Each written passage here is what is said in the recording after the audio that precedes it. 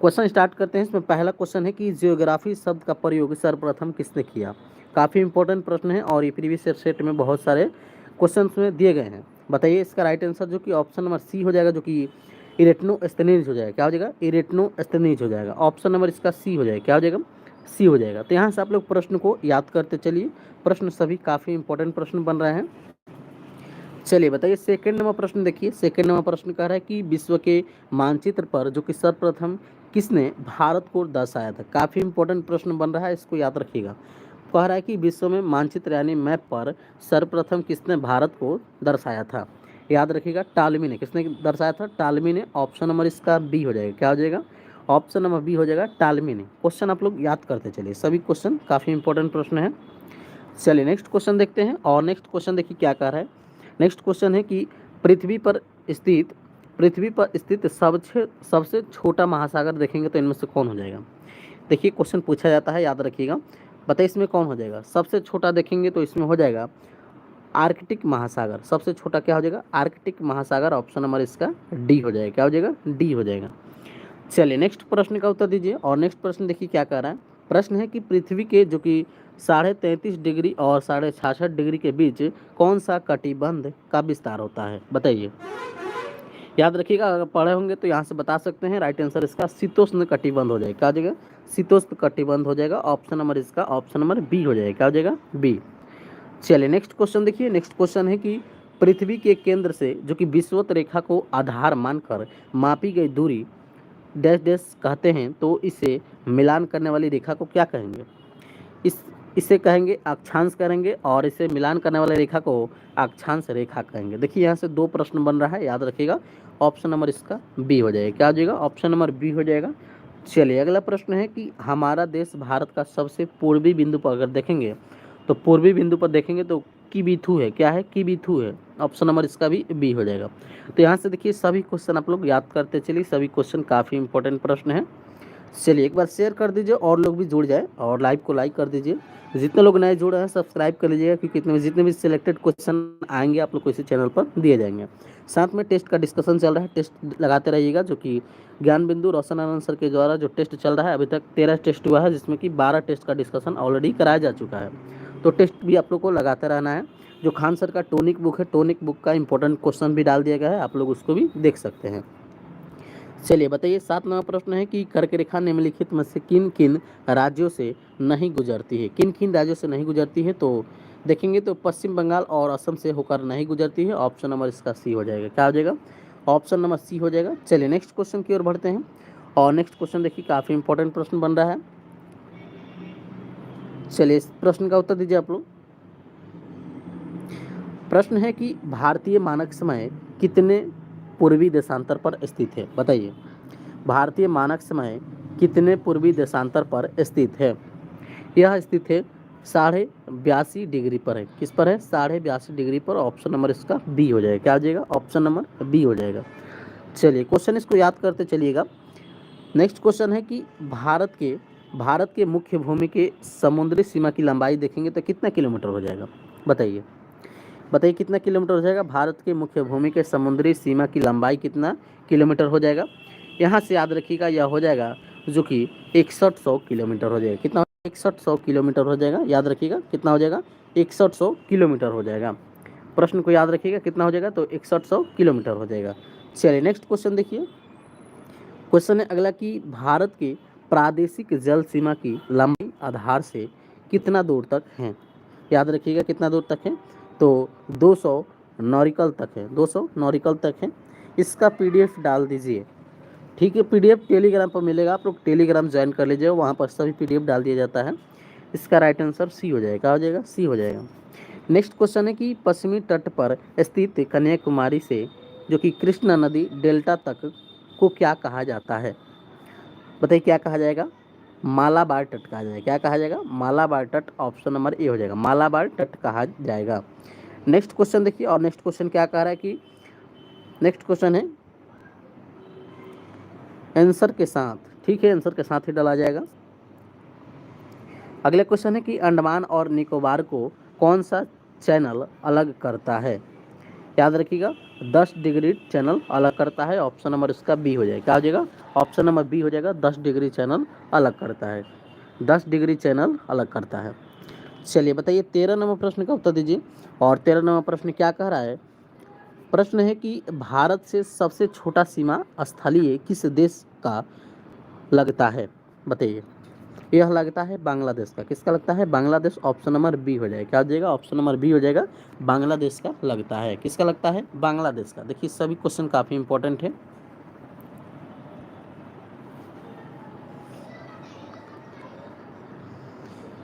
ये पढ़ के चले जाएं तो हो जाएगा। ये केवल ज्योग्राफी का है। इसी तरह सभी सब्जेक्ट के इंपॉर्टेंट क्वेश्चन आया है, तो उसको भी कर लीजिएगा। एक ही सब्जेक्ट से थोड़ी होगा, एक सब्जेक्ट से थोड़ी होगा, इसमें अलग अलग सभी सब्जेक्ट को देखना पड़ेगा। चलिए नेक्स्ट क्वेश्चन है कि भारत के भौगोलिक भारत के भौतिक भूभाग के कितने प्रतिशत पर क्षेत्र पर पठारी क्षेत्र का विस्तार है? बताइए। काफ़ी इंपॉर्टेंट प्रश्न है और एक क्वेश्चन देखेंगे तो सभी सिलेक्टेड क्वेश्चन है जो कि रोशन आनंद सर के द्वारा सिलेक्ट किया गया है। इसमें देखेंगे तो इसका राइट आंसर जो हो जाएगा कितना हो जाएगा? तो 27 पॉइंट्स जो कि 7%। ऑप्शन नंबर इसका बी राइट आंसर हो जाएगा। क्या हो जाएगा? ऑप्शन नंबर बी हो जाएगा। चलिए नेक्स्ट क्वेश्चन देखिए। क्वेश्चन है कि भारत का जो कि राष्ट्रीय विरासत पशु कौन है? देखिए यहाँ से क्वेश्चन पूछे जाएंगे, याद रखिएगा। भारत का राष्ट्रीय पशु विरासत देखेंगे तो बाघ हो जाएगा। क्या हो जाएगा? बाघ हो जाएगा। ऑप्शन नंबर सी हो जाएगा। तो ये रहा चैप्टर 1 का 15 इंपॉर्टेंट क्वेश्चन। अगर 15 इंपॉर्टेंट क्वेश्चन को याद कर लेते हैं तो चैप्टर 1 से यहाँ से क्वेश्चन बाहर नहीं जाएगा। तो इसको आप लोग याद कर लीजिएगा। उसके बाद हम लोग एंट्री करते हैं चैप्टर 2 में, जो कि भूभर्ग संरचना में हम लोग इंटर करते हैं। और इसमें देखिए पहला क्वेश्चन देखिए काफ़ी इंपॉर्टेंट प्रश्न है। कह रहा है कि कार्बोनिफेरस युग में जो कि पृथ्वी के सभी स्थलखंड आपस में जुड़े थे, जिसे क्या कहेंगे? तो अल्फ्रेड वेगनर ने कहा था। क्या कहा था इसे? इसे कहा था पेंजिया। क्या कहा था इसे? पेंजिया कहा था। क्वेश्चन पूछेगा पेंजिया किसने कहा था? तो अल्फ्रेड वेगनर ने। ऑप्शन नंबर इसका डी हो जाएगा। क्या हो जाएगा? डी हो जाएगा। क्वेश्चन आप लोग याद करते चलिए। चलिए नेक्स्ट क्वेश्चन देखिए। क्वेश्चन है कि पृथ्वी निर्माण के क्रम में प्री कैम्बियम महाकल्प में सर्वप्रथम किस पहाड़ का निर्माण हुआ? याद रखिएगा, आर्कियन चट्टान का निर्माण हुआ था। आर्कियन चट्टान का निर्माण हुआ था। ऑप्शन नंबर ए हो जाएगा। क्या हो जाएगा? ऑप्शन नंबर ए हो जाएगा। नेक्स्ट क्वेश्चन है कि किस किस क्रम के चट्टान में जो कि कोयला का निर्माण महत्वपूर्ण रूप से हुआ है? याद रखिएगा, गोंडवाना क्रम का हो जाएगा। ये सबसे उच्चतम माना जाता है। ऑप्शन नंबर इसका डी हो जाएगा। क्या हो जाएगा? डी हो जाएंगे। क्वेश्चन को आप लोग याद करते चलिए। चलिए अगला प्रश्न देखिए। प्रश्न क्या कह रहा है कि हिमालय की उत्पत्ति से संबंधित प्लेट विवर्तनी का सिद्धांत किसने प्रस्तुत किया था? बताइए। हिमालय की उत्पत्ति से संबंधित प्लेटो विवर्तनी का सिद्धांत किसने प्रस्तुत किया था? तो मार्गन और आइजैक ने दो लोगों ने किया था। याद रखिएगा, ऑप्शन नंबर इसका बी हो जाएगा। क्या हो जाएगा? ऑप्शन नंबर बी हो जाएगा। चलिए हम लोग नेक्स्ट क्वेश्चन की ओर बढ़ते हैं। और नेक्स्ट क्वेश्चन देखिए 20 नंबर प्रश्न क्या कह रहा है? 20 नंबर प्रश्न देखिए क्या कह रहा है कि उत्तर भारत के जो कि विशाल मैदानी भाग का निर्माण किस काल में हुआ? किस काल में हुआ? बताइए। चतुर्थ काल में हुआ था। किस काल में? चतुर्थ काल। ऑप्शन नंबर बी हो जाएगा। तो ये रहा चैप्टर 2 का भी क्वेश्चन कंप्लीट हो गया। और अब हम लोग देखेंगे आगे चैप्टर 3 देखेंगे, भौतिक विभाजन का क्वेश्चन देखेंगे। और इसमें देखिए पहला क्वेश्चन क्या कह रहा है, जिसमें कि ट्रांस हिमालय में स्थित कौन सी पर्वत श्रेणी स्थित नहीं है? इनमें देखना है कौन सी जो ट्रांस हिमालय में स्थित है, कौन सी पर्वत श्रेणी नहीं है। तो अन्नपूर्णा हो जाएगा। क्या हो जाएगा? अन्नपूर्णा। ऑप्शन नंबर डी हो जाएगा। अन्नपूर्णा हो जाएगा।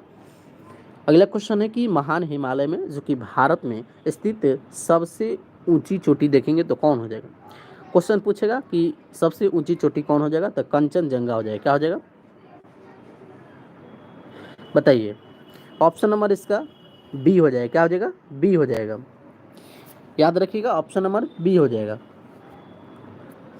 चलिए नेक्स्ट क्वेश्चन देखिए।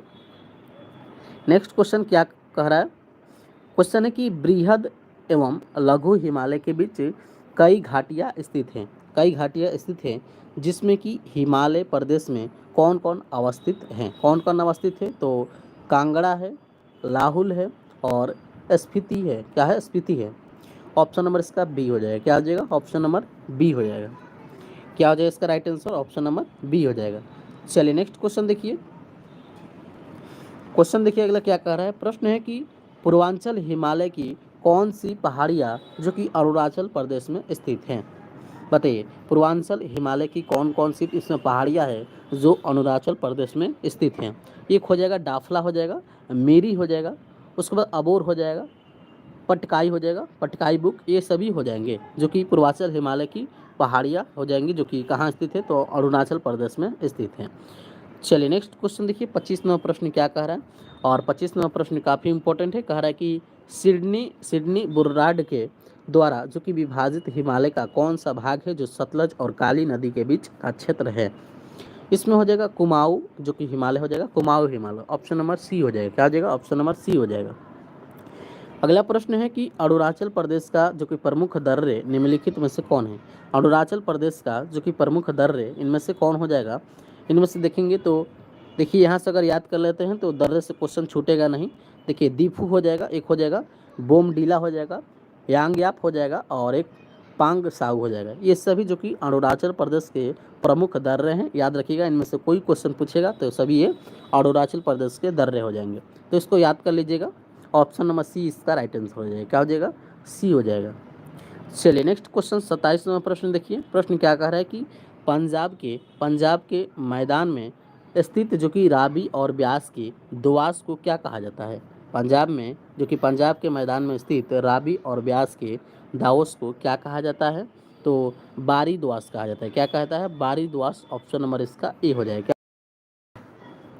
अगला प्रश्न है कि राजस्थान के मैदान में स्थित प्रमुख स्थलाकृति को क्या कहा जाता है? क्या कहा जाता है? तो बालुका स्तूप कहा जाता है। क्या कहता है? बालुका स्तूप, ऑप्शन नंबर बी हो जाएगा। बालुका स्तूप कहा जाता है। अगला प्रश्न है कि पश्चिमी घाट में कर्नाटक स्थित प्रमुख पहाड़ी इनमें से कौन हो जाएगा? कौन हो जाएगा? तो बाबूदन हो जाएगा। क्या हो जाएगा? बाबूदन हो जाएगा, ऑप्शन नंबर सी हो जाएगा। इससे क्या हो जाएगा? सी हो जाएगा। चलिए नेक्स्ट क्वेश्चन देखते हैं। और नेक्स्ट क्वेश्चन देखिए क्या कह रहा है। इनमें देखिए लगभग इसमें 250 से ज़्यादा प्रश्न हैं। कंप्लीट क्लास को देख लीजिएगा। इससे पहले हमने स्टैटिक का इंपॉर्टेंट क्वेश्चन का क्लास करा दिए हैं। स्टैटिक वाला ज़रूर देख लीजिएगा क्योंकि वहाँ से सभी क्वेश्चन प्रीवियस ईयर क्वेश्चन थे और सभी क्वेश्चन पूछे हुए थे, तो एक बार ज़रूर देख लीजिएगा उसको। इसी प्रकार आगे जो भी आएगा, बिहार जीके का आएगा उसको कराया जाएगा, इकोनॉमिक्स का कराया जाएगा, जो भी सभी सब्जेक्ट का आएगा उसको आप लोग को इसी चैनल पर कराया जाएगा। तो जो लोग नए जुड़े हैं सब्सक्राइब कर लीजिएगा और लाइक कर दीजिएगा। चलिए नेक्स्ट क्वेश्चन हम लोग देखते हैं। क्वेश्चन है कि झारखंड में प्रकार की किस पठार का विस्तार है? बताइए। झारखंड में देखेंगे तो छोटा नागपुर का पठार है। क्या है? छोटा नागपुर का पठार का विस्तार है। और ऑप्शन नंबर इसका डी हो जाएगा। क्या हो जाएगा? डी हो जाएगा। क्या हो जाएगा इसका राइट आंसर? तो डी हो जाएगा। चलिए अगला क्वेश्चन है कि प्री कैम्ब्रियम काल में जो कि उत्पन्न भारत का सबसे प्राचीनतम अवशिष्ट बताइए पर्वत इनमें से कौन हो जाएगा? इनमें से देखेंगे तो अरावली पर्वत हो जाएगा। क्या हो जाएगा? अरावली पर्वत हो जाएगा। और यहाँ से क्वेश्चन आपके प्रीवियस सेट में बहुत बार क्वेश्चन पूछा गया है, याद रखिएगा। इसका राइट आंसर डी हो जाएगा। क्या हो जाएगा? डी। नेक्स्ट प्रश्न है कि भारत के जो कि उत्तर पूर्वी पठारी क्षेत्र का प्रमुख पठार इनमें से कौन हो जाएगा? बताइए। प्रमुख पठार इसमें देखेंगे तो कार्बी कार्बी एग्लोंग पठार हो जाएगा। कार्बी एग्लोंग पठार हो जाएगा। ऑप्शन नंबर इसका सी हो जाएगा। क्या हो जाएगा? सी हो जाएगा। चलिए सभी क्वेश्चन आप लोग याद करते चलिए। नेक्स्ट क्वेश्चन हम लोग देखते हैं। और इसमें देखिए अगला प्रश्न क्या कह रहा है। प्रश्न है अगला कि भारत के पश्चिमी तटीय मैदान जो गोवा से मंगलुरु के बीच स्थित है उसे क्या कहा जाता है? बताइए। भारत के पश्चिमी तटीय मैदान जो गोवा से मंगलुरु के बीच स्थित है उसे कहा जाता है कन्नड़ तटीय मैदान। कन्नड़ तटीय मैदान, ऑप्शन नंबर इसका सी हो जाएगा। क्या हो जाएगा? सी। नेक्स्ट क्वेश्चन है कि पूर्वी भाग में महानदी और कृष्णा नदी के बीच कौन सा तटीय मैदान अवस्थित है? इसमें देखेंगे तो उत्तरी सरकार हो जाएगा। क्या हो जाएगा? उत्तरी सरकार, ऑप्शन नंबर बी हो जाएगा। महानदी और कृष्णा के बीच देखेंगे तो कौन हो जाएगा? उत्तरी सरकार हो जाएगा। उत्तरी सरकार हो जाएगा। चलिए अगला प्रश्न देखते हैं। और प्रश्न क्या कह रहा है कि उत्तरी अंडमान में स्थित एक प्रमुख द्वीप कौन है? इसमें उत्तरी अंडमान में स्थित इनमें से कौन एक द्वीप है? तो बैरन द्वीप हो जाएगा। क्या हो जाएगा? बैरन द्वीप देखेंगे तो ये उत्तरी अंडमान में स्थित है। ऑप्शन नंबर इसका ए हो जाएगा। क्या हो जाएगा? ए। अगला क्वेश्चन है कि हाल ही में जो कि 2018 किस द्वीप का नया नाम जो कि सुभाष चंद्र बोस पर रखा गया है? बताइए। काफ़ी इंपॉर्टेंट क्वेश्चन है। तो यह रखा गया है रास द्वीप को ही नाम चेंज कर सुभाष चंद्र बोस कर रखा गया है। ऑप्शन नंबर इसका बी हो जाएगा। क्या हो जाएगा? ऑप्शन नंबर बी हो जाएगा। चलिए नेक्स्ट क्वेश्चन देखिए। नेक्स्ट क्वेश्चन क्या कह रहा है कि विश्व का सबसे बड़ा नदीय द्वीप कौन सा हो जाएगा? सबसे बड़ा पूछ रहा है विश्व का सबसे बड़ा हो जाएगा आलियाबेट और खालियाबेट हो जाएगा। ऑप्शन नंबर इसका सी हो जाएगा। क्या हो जाएगा? सी हो जाएगा। तो ये रहा चैप्टर 3 का भी इंपॉर्टेंट क्वेश्चन खत्म हो गया। और हम लोग देखेंगे आगे चैप्टर 4 देखेंगे। चैप्टर 4 में देखेंगे तो नदियों के बारे में देखेंगे। तो चलिए हम लोग नेक्स्ट क्वेश्चन की ओर बढ़ते हैं। और क्वेश्चन है अगला कि नदियाँ जिस स्थान से निकलती है उस स्थान को क्या कहा जाता है? नदियाँ जिस स्थान से निकलती है उस स्थान को क्या कहा जाता है? उसे कहेंगे उद्गम स्थल। क्या कहेंगे? उद्गम स्थल। ऑप्शन नंबर इसका सी हो जाएगा। क्या कहेंगे? उद्गम स्थल कहेंगे। अगला प्रश्न है कि अफ्रीका महादेश की कौन सी नदी है जो विषुवत रेखा को 2 बार काटती है? बताइए, अफ्रीका महाद्वीप की कौन सी नदी है जो विषुवत रेखा को 2 बार काटती है? 2 बार देखेंगे तो कांगो हो जाएगा। क्या हो जाएगा? कांगो, जिसे जाबरे भी कहा जाता है। ऑप्शन नंबर इसका बी हो जाएगा। क्या हो जाएगा? ऑप्शन नंबर बी हो जाएगा। चलिए बताइए नेक्स्ट क्वेश्चन की सिंधु नदी का जो कि उद्गम स्थान है, बताइए उद्गम कहाँ से होता है? सिंधु नदी का उद्गम जो होता है वह मानसरोवर झील से होता है। कहाँ से होता है? मानसरोवर झील से होता है। ऑप्शन नंबर इसका बी हो जाएगा। मानसरोवर झील से होता है। अगला क्वेश्चन है कि मंदाकिनी या काली नदी अलकनंदा से कहाँ निकलती है? बताइए कहाँ मिलती है? यह मिलती है नंद प्रयाग। कहाँ मिलती है? नंद प्रयाग मिलती है। ऑप्शन नंबर इसका ए हो जाएगा। नंद प्रयाग में मिलती है मंदाकिनी और काली नदी अलकनंदा, याद रखिएगा। नेक्स्ट क्वेश्चन है कि पश्चिमी बंगाल में प्रवेश करने के बाद जो कि उसके गंगा के पूर्वी धारा को किस नाम से जाना जाता है? हुगली नाम से जाना जाता है। हुगली हो जाएगा। ऑप्शन नंबर ए हो जाएगा। क्या हो जाएगा? ऑप्शन नंबर ए, हुगली के नाम से जाना जाता है। नेक्स्ट क्वेश्चन है कि गंगा एवं जमुना के संगम पर कौन सा शहर बसा है? काफ़ी इंपॉर्टेंट प्रश्न है। बताइए कि गंगा एवं जमुना के संगम पर कौन सा शहर बना है? तो प्रयागराज बना है। प्रयागराज, ऑप्शन नंबर ए हो जाएगा। और अगला प्रश्न है कि बिहार का शुक्र किस नदी को कहा जाता है? और ये क्वेश्चन कई बार पूछा गया है, जो कि किसे कहा जाता है? कोसी नदी को कहा जाता है। कोसी नदी को कहा जाता है। ये क्वेश्चन कई बार प्रीवियस ईयर सेट में पूछा गया है। चलिए नेक्स्ट क्वेश्चन की ओर बढ़ते हैं। क्वेश्चन है अगला कि ब्रह्मपुत्र नदी को तिब्बत में क्या कहा जाता है? बताइए, ब्रह्मपुत्र नदी को तिब्बत में कहा जाता है सांगो। क्या कहते हैं? सांगो कहते हैं। ऑप्शन नंबर बी हो जाएगा। क्या हो जाएगा? बी। चलिए नेक्स्ट प्रश्न है कि ब्रह्मपुत्र नदी या कौन राष्ट्रीय जलमार्ग स्थित है? इसमें हो जाएगा NW2 हो जाएगा। NW2 हो जाएगा। ऑप्शन नंबर इसका बी हो जाएगा। अगला प्रश्न है कि कौन सा नदी है जो अपने भ्रंश घाटी के लिए प्रसिद्ध है? दामोदर हो जाएगा। दामोदर नदी घाटी। ऑप्शन नंबर ए हो जाएगा। क्या हो जाएगा? ऑप्शन नंबर ए हो जाएगा। याद रखिएगा कौन सी जो भ्रंश घाटी के लिए प्रसिद्ध है, इनमें से दामोदर हो जाएगा। चलिए नेक्स्ट क्वेश्चन की ओर बढ़ते हैं। और प्रश्न है अगला क्या कह रहा है कि छोटा नागपुर की गंगा किस नदी को कहा जाता है? बताइए किस नदी को कहा जाता है? 48वें प्रश्न का उत्तर दीजिए। छोटा नागपुर की गंगा किस नदी को कहा जाता है? तो स्वर्ण रेखा को कहा जाता है। ऑप्शन नंबर इसका सी हो जाएगा। क्या हो जाएगा? सी हो जाएगा। अगला प्रश्न है कि भारत के सबसे लंबा बांध देखेंगे तो जाएगा। तो कह रहा है कि हीराकुंड बांध का निर्माण किस नदी पर किया गया है? बताइए, यहाँ से 2 क्वेश्चन बन रहा है कि भारत का सबसे लंबा बांध देखेंगे तो हीराकुंड बांध हो जाएगा। और पूछ रहा है कि किस नदी पर ये है, किस नदी पर ये बांध है? तो कावेरी नदी पर। याद रखिएगा कावेरी नदी। ऑप्शन नंबर इसका डी हो जाएगा। अगला प्रश्न है कि गोदावरी नदी डेल्टा का निर्माण कहाँ करती है? कहाँ करती है? जो कि आंध्र प्रदेश में। कहाँ होती है? आंध्र प्रदेश में। याद रखिएगा ऑप्शन नंबर इसका सी हो जाएगा। क्या हो जाएगा? सी हो जाएगा। अगला प्रश्न है कि अरब सागर में गिरने वाली नदी समूह कौन नहीं है? बताइए इनमें से कौन नहीं है? नहीं देखेंगे तो कौन हो जाएगा? नहीं देखेंगे तो कृष्णा कावेरी हो जाएगी। कृष्णा कावेरी जो कि ये बंगाल की खाड़ी में गिरती है। याद रखिएगा बंगाल की खाड़ी में गिरती है। बाकी देखेंगे तो अरब सागर में गिरने वाले कौन कौन हो जाएंगे? लूनी, साबरमती, नर्मदा, बाकी ये सभी हो जाएंगे। इसका राइट आंसर डी हो जाएगा। क्या हो जाएगा? डी हो जाएगा। और याद रखिएगा कृष्णा कावेरी जो कि बंगाल खाड़ी में गिरती है, बंगाल की खाड़ी में गिरती है। चलिए अगला प्रश्न बताइए। अगला प्रश्न देखिए क्या कह रहा है। 52वां प्रश्न देखिए। प्रश्न है कि निम्नलिखित में से कौन सी परियोजना जो कि चिनाब नदी पर स्थित है? चिनाब नदी पर कौन सी परियोजना? सलाला, सलाला हो जाएगा और बगलिहार हो जाएगा उसके बाद दुलहस्ती हो जाएगा। ये तीनों अगर देखेंगे तो ये चिनाब नदी पर स्थित है। बाकी पूछेगा सतलज नदी पर कौन कौन से परियोजना स्थित हैं, तो याद रखिएगा भाखड़ा नांगल परियोजना देखेंगे तो ये सतलज नदी पर हो जाएगा। उस वक्त पूछेगा उकाऊ, उकाऊ देखेंगे तो ये उकाई देखेंगे तो ये ताप्ती नदी पर स्थित है। बाकी देखेंगे तुलबुल एवं ऊटी परियोजना ये झेलम नदी पर स्थित है। तो यहाँ से क्वेश्चन जो भी पूछेगा याद रखिएगा, सभी प्रश्न यहाँ से बन जाएंगे। इसका राइट आंसर देखेंगे तो डी हो जाएगा। क्या हो जाएगा? डी हो जाएगा। चलिए नेक्स्ट क्वेश्चन देखिए, नेक्स्ट क्वेश्चन क्या कह रहा है। और अगला क्वेश्चन है कि मध्य प्रदेश और गुजरात के बीच कौन सी नदी जल विवाद है। मध्य प्रदेश और गुजरात के बीच कौन सी नदी पर जल विवाद है, तो इसमें देखेंगे तो नर्मदा हो जाएगा। और नर्मदा जल के विवाद के लिए किया जाता है। ऑप्शन नंबर इसका बी हो जाएगा। क्या हो जाएगा? बी हो जाएगा। चलिए 54 नंबर प्रश्न देखिए, इसमें देखिए 250 प्लस प्रश्न है। इसमें कंप्लीट आप लोग को क्लास देख लीजिएगा, यहाँ से क्वेश्चन नहीं छूटेगा, ज्योग्राफी पे भी क्वेश्चन नहीं छूटेगा। चलिए 54 नंबर प्रश्न देखिए क्या कह रहा है कि निम्नलिखित युग्म में से कौन सा, इसमें देखेंगे तो कृत्रिम झील का समूह नहीं है। कृत्रिम झील का समूह कौन नहीं है, तो इसमें देखेंगे तो उमियल झील और लोकटक झील जो कि देखेंगे तो कृत्रिम नहीं हो जाएगा। क्या हो जाएगा? कृत्रिम नहीं है। ऑप्शन नंबर इसका डी हो जाएगा। क्या हो जाएगा? डी हो जाएगा। याद रखिएगा क्या हो जाएगा? डी हो जाएगा।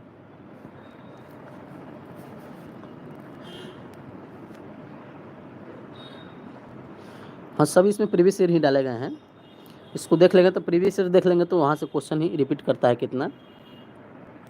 चलिए नेक्स्ट क्वेश्चन देखिए, क्वेश्चन है कि कर्नाटक में श्रावती नदी पर कौन सा जलप्रपात है। कौन सा जलप्रपात है, तो याद रखिएगा गारसोपा जलप्रपात। गारसोपा जलप्रपात ऑप्शन नंबर इसका बी हो जाएगा। तो ये रहा हम लोग का चैप्टर नंबर 4 का भी इंपॉर्टेंट प्रश्न कंप्लीट हो गया। और आगे हम लोग देख रहे हैं जो कि चैप्टर 5 है, जिसमें कि मानसून के बारे में देखना है। मानसून से जितने भी क्वेश्चन हैं सभी इसमें हम लोग देखेंगे। चलिए नेक्स्ट क्वेश्चन की ओर बढ़ते हैं। और प्रश्न देखिए क्या कह रहा है। इसमें लगभग 250 प्रश्न है और इसको अगर कर लेते हैं तो यहाँ से क्वेश्चन छूटेगा नहीं। चलिए नेक्स्ट क्वेश्चन देखिए, क्वेश्चन है कि भारत की जलवायु किस प्रकार की है। भारत की जलवायु किस प्रकार की है, तो उपोष्ण कटिबंधीय हो जाएगा। क्या हो जाएगा? उपोष्ण कटिबंधीय हो जाएगा। ऑप्शन नंबर इसका बी हो जाएगा। उपोष्ण कटिबंधीय जो कि भारत की जलवायु होती है। अगला प्रश्न है कि भारतीय जलवायु को प्रभावित करने वाले कारक इनमें से कौन हो जाएगा। बताइए बताइए कौन हो जाएगा इसमें। उपरोक्त में से सभी हो जाएगा, जो कि अक्षांश भी हो जाएगा, हिमालय भी हो जाएगा, समुद्री तट से दूरी भी हो जाएगा। इनमें से सभी हो जाएगा। ऑप्शन नंबर डी हो जाएगा। क्या हो जाएगा? डी हो जाएगा। क्या हो जाएगा? डी हो जाएगा। चलिए 58 नंबर प्रश्न की ओर बढ़ते हैं। और 58 नंबर प्रश्न देखिए क्या कह रहा है। 58 नंबर प्रश्न देखिए क्या कह रहा है।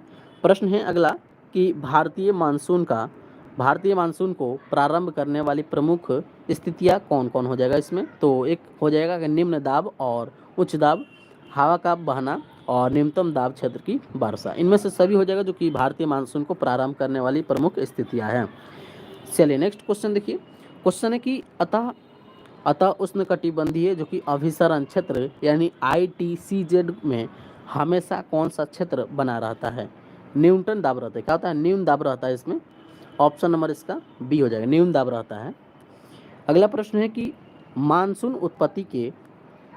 उत्पत्ति के ज्ञात्मक यानी गति सिद्धांतों को किसने दिया था। बताइए किसने दिया था। तो याद रखिएगा यह दिया गया था फ्लोन के द्वारा। किसके द्वारा दिया गया था? फ्लोन के द्वारा। ऑप्शन नंबर ए हो जाएगा। फ्लोन के द्वारा दिया गया था। चलिए नेक्स्ट क्वेश्चन है कि भारतीय क्षेत्र में जो कि प्री मानसून से होने वाला वर्षा को केरल में क्या कहा जाता है। केरल में देखेंगे तो इसे आम्र वर्षा के नाम से जाना जाता है। भारतीय क्षेत्र में अगर प्री मानसून देखेंगे तो इसको केरल में बोला जाता है आम्र वर्षा बोला जाता है। क्या बोला जाता है? तो आम्र वर्षा बोला जाता है। याद रखिएगा प्रश्न को। चलिए नेक्स्ट क्वेश्चन देखिए, क्वेश्चन है कि भारत में जो कि दक्षिण पश्चिमी मानसून कब प्रवेश करता है। 1 जून को करता है। याद रखिएगा 1 जून को प्रवेश करता है। ऑप्शन नंबर ए हो जाएगा। कब करता है? 1 जून को करता है। अगला प्रश्न है कि पश्चिमी घाट के पूर्वी क्षेत्र में अति न्यून वर्षा होती है, तो उस क्षेत्र को क्या कहा जाता है। उस क्षेत्र को कहेंगे वृष्टि छाया क्षेत्र। क्या कहेंगे? वृष्टि छाया क्षेत्र कहेंगे। ऑप्शन नंबर इसका बी हो जाएगा। क्या हो जाएगा? बी हो जाएगा। चलिए नेक्स्ट क्वेश्चन देखिए, कह रहा है कि दक्षिण पश्चिमी मानसून जब पश्चिमी घाट से निकलती है यानी टकराती है, तो वह किस दर्रे से होकर आगे बढ़ जाती है।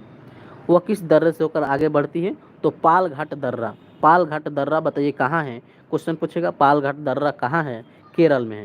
क्वेश्चन पूछेगा कि तुजू दर्रा कहाँ है, तो मणिपुर में हो जाएगा। बाकी देखेंगे महाराष्ट्र में 2 हो जाएगा, जो कि थालघाट दर्रा और भोरघाट दर्रा, ये दोनों देखेंगे तो ये महाराष्ट्र में हो जाएगा। दोनों कहाँ हो जाएगा, तो महाराष्ट्र में हो जाएगा। चलिए नेक्स्ट क्वेश्चन 65 नंबर की ओर बढ़ते हैं और प्रश्न देखिए क्या कह रहा है। प्रश्न है कि गंगा के मैदान में जो कि दक्षिण पश्चिम मानसून से होने वाले वर्षा को कौन प्रभावित करता है। इनमें देखेंगे तो गारो पहाड़ी भी हो जाएगा, खांसी पहाड़ी भी हो जाएगी और क्या हो जाएगी, जैंतिया पहाड़ी भी हो जाएगी। इनमें से सभी हो जाएगा, ऑप्शन नंबर डी हो जाएगा। क्या हो जाएगा, ऑप्शन नंबर डी हो जाएगा। चलिए नेक्स्ट क्वेश्चन है कि भारतीय क्षेत्र के ऊपर दिसंबर में सूर्य की स्थिति क्या होता है, बताइए। भारतीय क्षेत्र में अगर देखेंगे तो ऊपर जो कि दिसंबर में सूर्य की स्थिति देखेंगे तो क्या होता है, दक्षिणायन होता है। क्या होता है, दक्षिणायन होता है। ऑप्शन नंबर इसका सी हो जाएगा। क्या हो जाएगा, सी हो जाएगा। चलिए नेक्स्ट क्वेश्चन की ओर बढ़ते हैं और नेक्स्ट क्वेश्चन देखिए क्या कह रहा है। प्रश्न है अगला कि भारत में लौटता हुआ मानसून स्थल खंड से आता है तो अतः अतः इसमें आर्द्रता क्या होती है। आर्द्रता में इसमें कमी हो जाती है। क्या होती है, कमी हो जाती है। याद रखिएगा प्रश्न को, जो कि भारत में लौटता हुआ मानसून देखेंगे तो स्थल खंड से आता है। कहाँ से आता है, तो स्थल खंड से आता है। अतः इसमें आर्द्र की कमी कितनी हो जाती है, आर्द्रता की कमी देखेंगे तो हो जाती है। इसमें क्या होती है, आर्द्रता की कमी हो जाती है। चलिए नेक्स्ट क्वेश्चन देखिए। क्वेश्चन है कि भारतीय क्षेत्र में जो कि लौटते हुए मानसून से लगभग कितना प्रतिशत होता है। लगभग ये 13% होता है। कितना होता है, 13%। ऑप्शन नंबर सी हो जाएगा। क्या हो जाएगा, सी हो जाएगा। अगला क्वेश्चन है कि एलेनिनो की उत्पत्ति कहाँ से होती है, और ये एलेनिनो से प्रश्न पूछा गया, आपका प्रीवियस ईयर सभी सेट है, याद रखिएगा। इसमें देखेंगे तो कौन हो जाएगा, तो दक्षिणी प्रशांत महासागर हो जाएगा। दक्षिणी प्रशांत महासागर हो जाएगा। ऑप्शन नंबर इसका बी हो जाएगा। क्या हो जाएगा, ऑप्शन नंबर बी हो जाएगा। चलिए नेक्स्ट देखते हैं हम लोग 70 नंबर प्रश्न। देखिए क्या कह रहा है। प्रश्न है कि भारत के गंगा के मैदान में किस प्रकार की जलवायु पाई जाती है। इसमें पाई जाती है CWG पाई जाती है। ऑप्शन नंबर इसका सी हो जाएगा। क्या हो जाएगा, सी हो जाएगा। चलिए नेक्स्ट क्वेश्चन की ओर बढ़ते हैं और नेक्स्ट क्वेश्चन देखिए क्या कह रहा है। प्रश्न है अगला कि उत्तर पूर्वी मानसून से सबसे अधिक वर्षा प्राप्त करने वाला राज्य इनमें से कौन हो जाएगा, तमिलनाडु हो जाएगा। क्या हो जाएगा, तमिलनाडु। ऑप्शन नंबर डी हो जाएगा। क्या हो जाएगा, तो तमिलनाडु हो जाएगा। तो ये रहा हम लोग का चैप्टर नंबर 5 भी कंप्लीट हो गया। चलिए अगला हम लोग चैप्टर देखते हैं, चैप्टर 6 देखते हैं, जिसमें भारत की मृदा के बारे में देखेंगे। भारत के मृदा के बारे में देखेंगे। तो भारत के मृदा से जितने भी क्वेश्चन पूछे गए हैं सभी क्वेश्चन को देखेंगे। चलिए नेक्स्ट क्वेश्चन है इसमें कि मृदा के अध्ययन करने वाले विज्ञान को क्या कहा जाता है। देखिए काफ़ी इंपॉर्टेंट प्रश्न बन रहा है यहाँ से। इसे कहा जाता है पोडोलॉजी। पोडोलॉजी याद रखिएगा। क्वेश्चन पूछेगा कि भूकंप के अध्ययन को क्या कहेंगे। भूकंप के अध्ययन को क्या कहेंगे, तो सिस्मोलॉजी कहेंगे। क्वेश्चन पूछेगा कि ब्रह्मांड के अध्ययन को क्या कहेंगे, कॉस्मोलॉजी। क्या कहेंगे, कॉस्मोलॉजी कहेंगे। तो यहाँ से प्रश्न छूटेगा नहीं, सभी प्रश्न आप लोग याद करते चलिए। चलिए अगला प्रश्न हम लोग देखते हैं। प्रश्न है कि मृदा परिच्छेदिका में जो कि मृदा निर्माण की प्रथम अवस्था कौन सी हो जाएगी। ध्यान रखिएगा, सनस्तर ग हो जाएगा। सनस्तर ग हो जाएगा। ऑप्शन नंबर सी हो जाएगा। क्या हो जाएगा, ऑप्शन नंबर सी हो जाएगा। चलिए नेक्स्ट क्वेश्चन कि भारत की मिट्टी में मुख्यतः 4 प्रकार पाई जाती है। भारत की मिट्टी में मुख्यतः 4 प्रकार क्या पाई जाती है, तो इसमें पाई जाती है कितना हो जाएगा, 4 प्रकार। इसमें जलोढ़ मिट्टी कितने परसेंट पाई जाती है, तो 40% पाई जाती है। बाकी देखेंगे तो काली मिट्टी में 15% होता है, यहाँ से याद रखिएगा। लेटराइट मिट्टी में देखेंगे तो कितना हो जाएगा, 4% हो जाएगा। यहाँ से प्रश्न याद रखिएगा। चलिए यहाँ से देखिए सभी क्वेश्चन पूछा ही है। क्वेश्चन है कि पुरानी जलोढ़ मृदा को क्या कहा जाता है। काफ़ी इंपॉर्टेंट प्रश्न है और एक क्वेश्चन पूछा गया है। पुरानी जलोढ़ मृदा को कहा जाता है बांगर। क्या कहा जाता है, बांगर कहा जाता है। ऑप्शन नंबर ए हो जाएगा। क्या हो जाएगा, ऑप्शन नंबर ए हो जाएगा। चलिए नेक्स्ट क्वेश्चन है कि इस जलोढ़ मृदा में जो कि सर्वाधिक मात्रा में कौन सा खनिज पाया जाता है। इसमें पाया जाता है पोटास पाया जाता है। क्या पाया जाता है, पोटास पाया जाता है। ऑप्शन नंबर बी हो जाएगा। अगला प्रश्न है कि भारत में काली मिट्टी किस क्षेत्र में प्रधान रूप से पाया जाता है। यह पाया जाता है दक्कन के पहाड़ी क्षेत्र में पाया जाता है। दक्कन के पहाड़ी क्षेत्र में पाया जाता है। ऑप्शन नंबर डी हो जाएगा। नेक्स्ट क्वेश्चन है कि लाल पीली मिट्टी किस अम्लीयता को दूर करने के लिए किसका प्रयोग इसमें किया जाता है। इसमें चूना का यूज किया जाता है। किसका, चूना का। ऑप्शन नंबर ए हो जाएगा। चूना का यूज किया जाता है। चलिए नेक्स्ट क्वेश्चन देखिए। क्वेश्चन है कि भारत का वे क्षेत्र जहाँ तापमान और वर्षा अधिक होती है तो वहाँ कैसी मिट्टी पाई जाएगी। देखिए सभी क्वेश्चन काफ़ी इंपॉर्टेंट हैं। यह कैसी मिट्टी पाई जाएगी, तो लेटेराइट मिट्टी पाई जाएगी। ऑप्शन नंबर इसका ए हो जाएगा। क्या हो जाएगा? ऑप्शन नंबर ए हो जाएगा। सभी क्वेश्चन आप लोग याद करते चलिए। चलिए 80 नंबर प्रश्न देखते हैं। इसमें देखेंगे तो सभी 250 इंपॉर्टेंट प्रश्न हैं, कंप्लीट देख लीजिएगा इसको। इससे पहले हमने स्टैटिक का इंपॉर्टेंट प्रश्न करा दिए हैं, एक बार ज़रूर देख लीजिएगा उसको। और ये सभी 16 जुलाई से पहले, एक बार एग्जाम से पहले देख कर जाइएगा। सभी क्वेश्चन यहाँ से आप लोग को देखने को मिल सकता है। चलिए नेक्स्ट है कि किस मृदा को प्रायः जो कि अप्रोड मृदा कहा जाता है। यह कहा जाता है पर्वतीय मिट्टी को कहा जाता है। पर्वतीय मिट्टी, ऑप्शन नंबर इसका डी हो जाएगा। पर्वतीय मिट्टी को कहा जाता है। अगला प्रश्न है कि लवणीय मृदा में किस खनिज की मात्रा अधिक होती है, बताइए। इनमें से लवणीय मृदा में बताइए कि खनिज की मात्रा किस में अधिक होती है। देखेंगे तो सोडियम में भी अधिक होती है, पोटेशियम में भी होती है, मैग्नीशियम में भी होती है। इसीलिए इसका राइट आंसर डी हो जाएगा। इनमें से सभी हो जाएगा। क्या हो जाएगा? इनमें से सभी हो जाएगा। चलिए 82 नंबर प्रश्न की ओर बढ़ते हैं। और 82 नंबर प्रश्न क्या कह रहा है कि उर्वरक जो कि 16, 20, 18 NPK में पोटास की मात्रा कितनी होती है, बताइए। क्वेश्चन इंपॉर्टेंट है। बताइए इसमें 18% कितना होता है? 18% इसमें पोटेशियम की मात्रा होती है। ऑप्शन नंबर इसका सी होता है। कितना हो जाएगा? जो कि 18% उर्वरक में पोटेशियम की मात्रा होती है। याद रखिएगा प्रश्न को। चलिए नेक्स्ट प्रश्न की ओर बढ़ते हैं। और नेक्स्ट प्रश्न क्या कह रहा है कि दलहनों में जो कि नाइट्रोजन स्थिरीकरण के लिए आवश्यक होता है, बताइए। दलहन में नाइट्रोजन स्थिरीकरण के लिए क्या होता है इसमें? तो मोलिबडेनम हो जाएगा। मोलिबडेनम हो जाएगा। ऑप्शन नंबर सी हो जाएगा।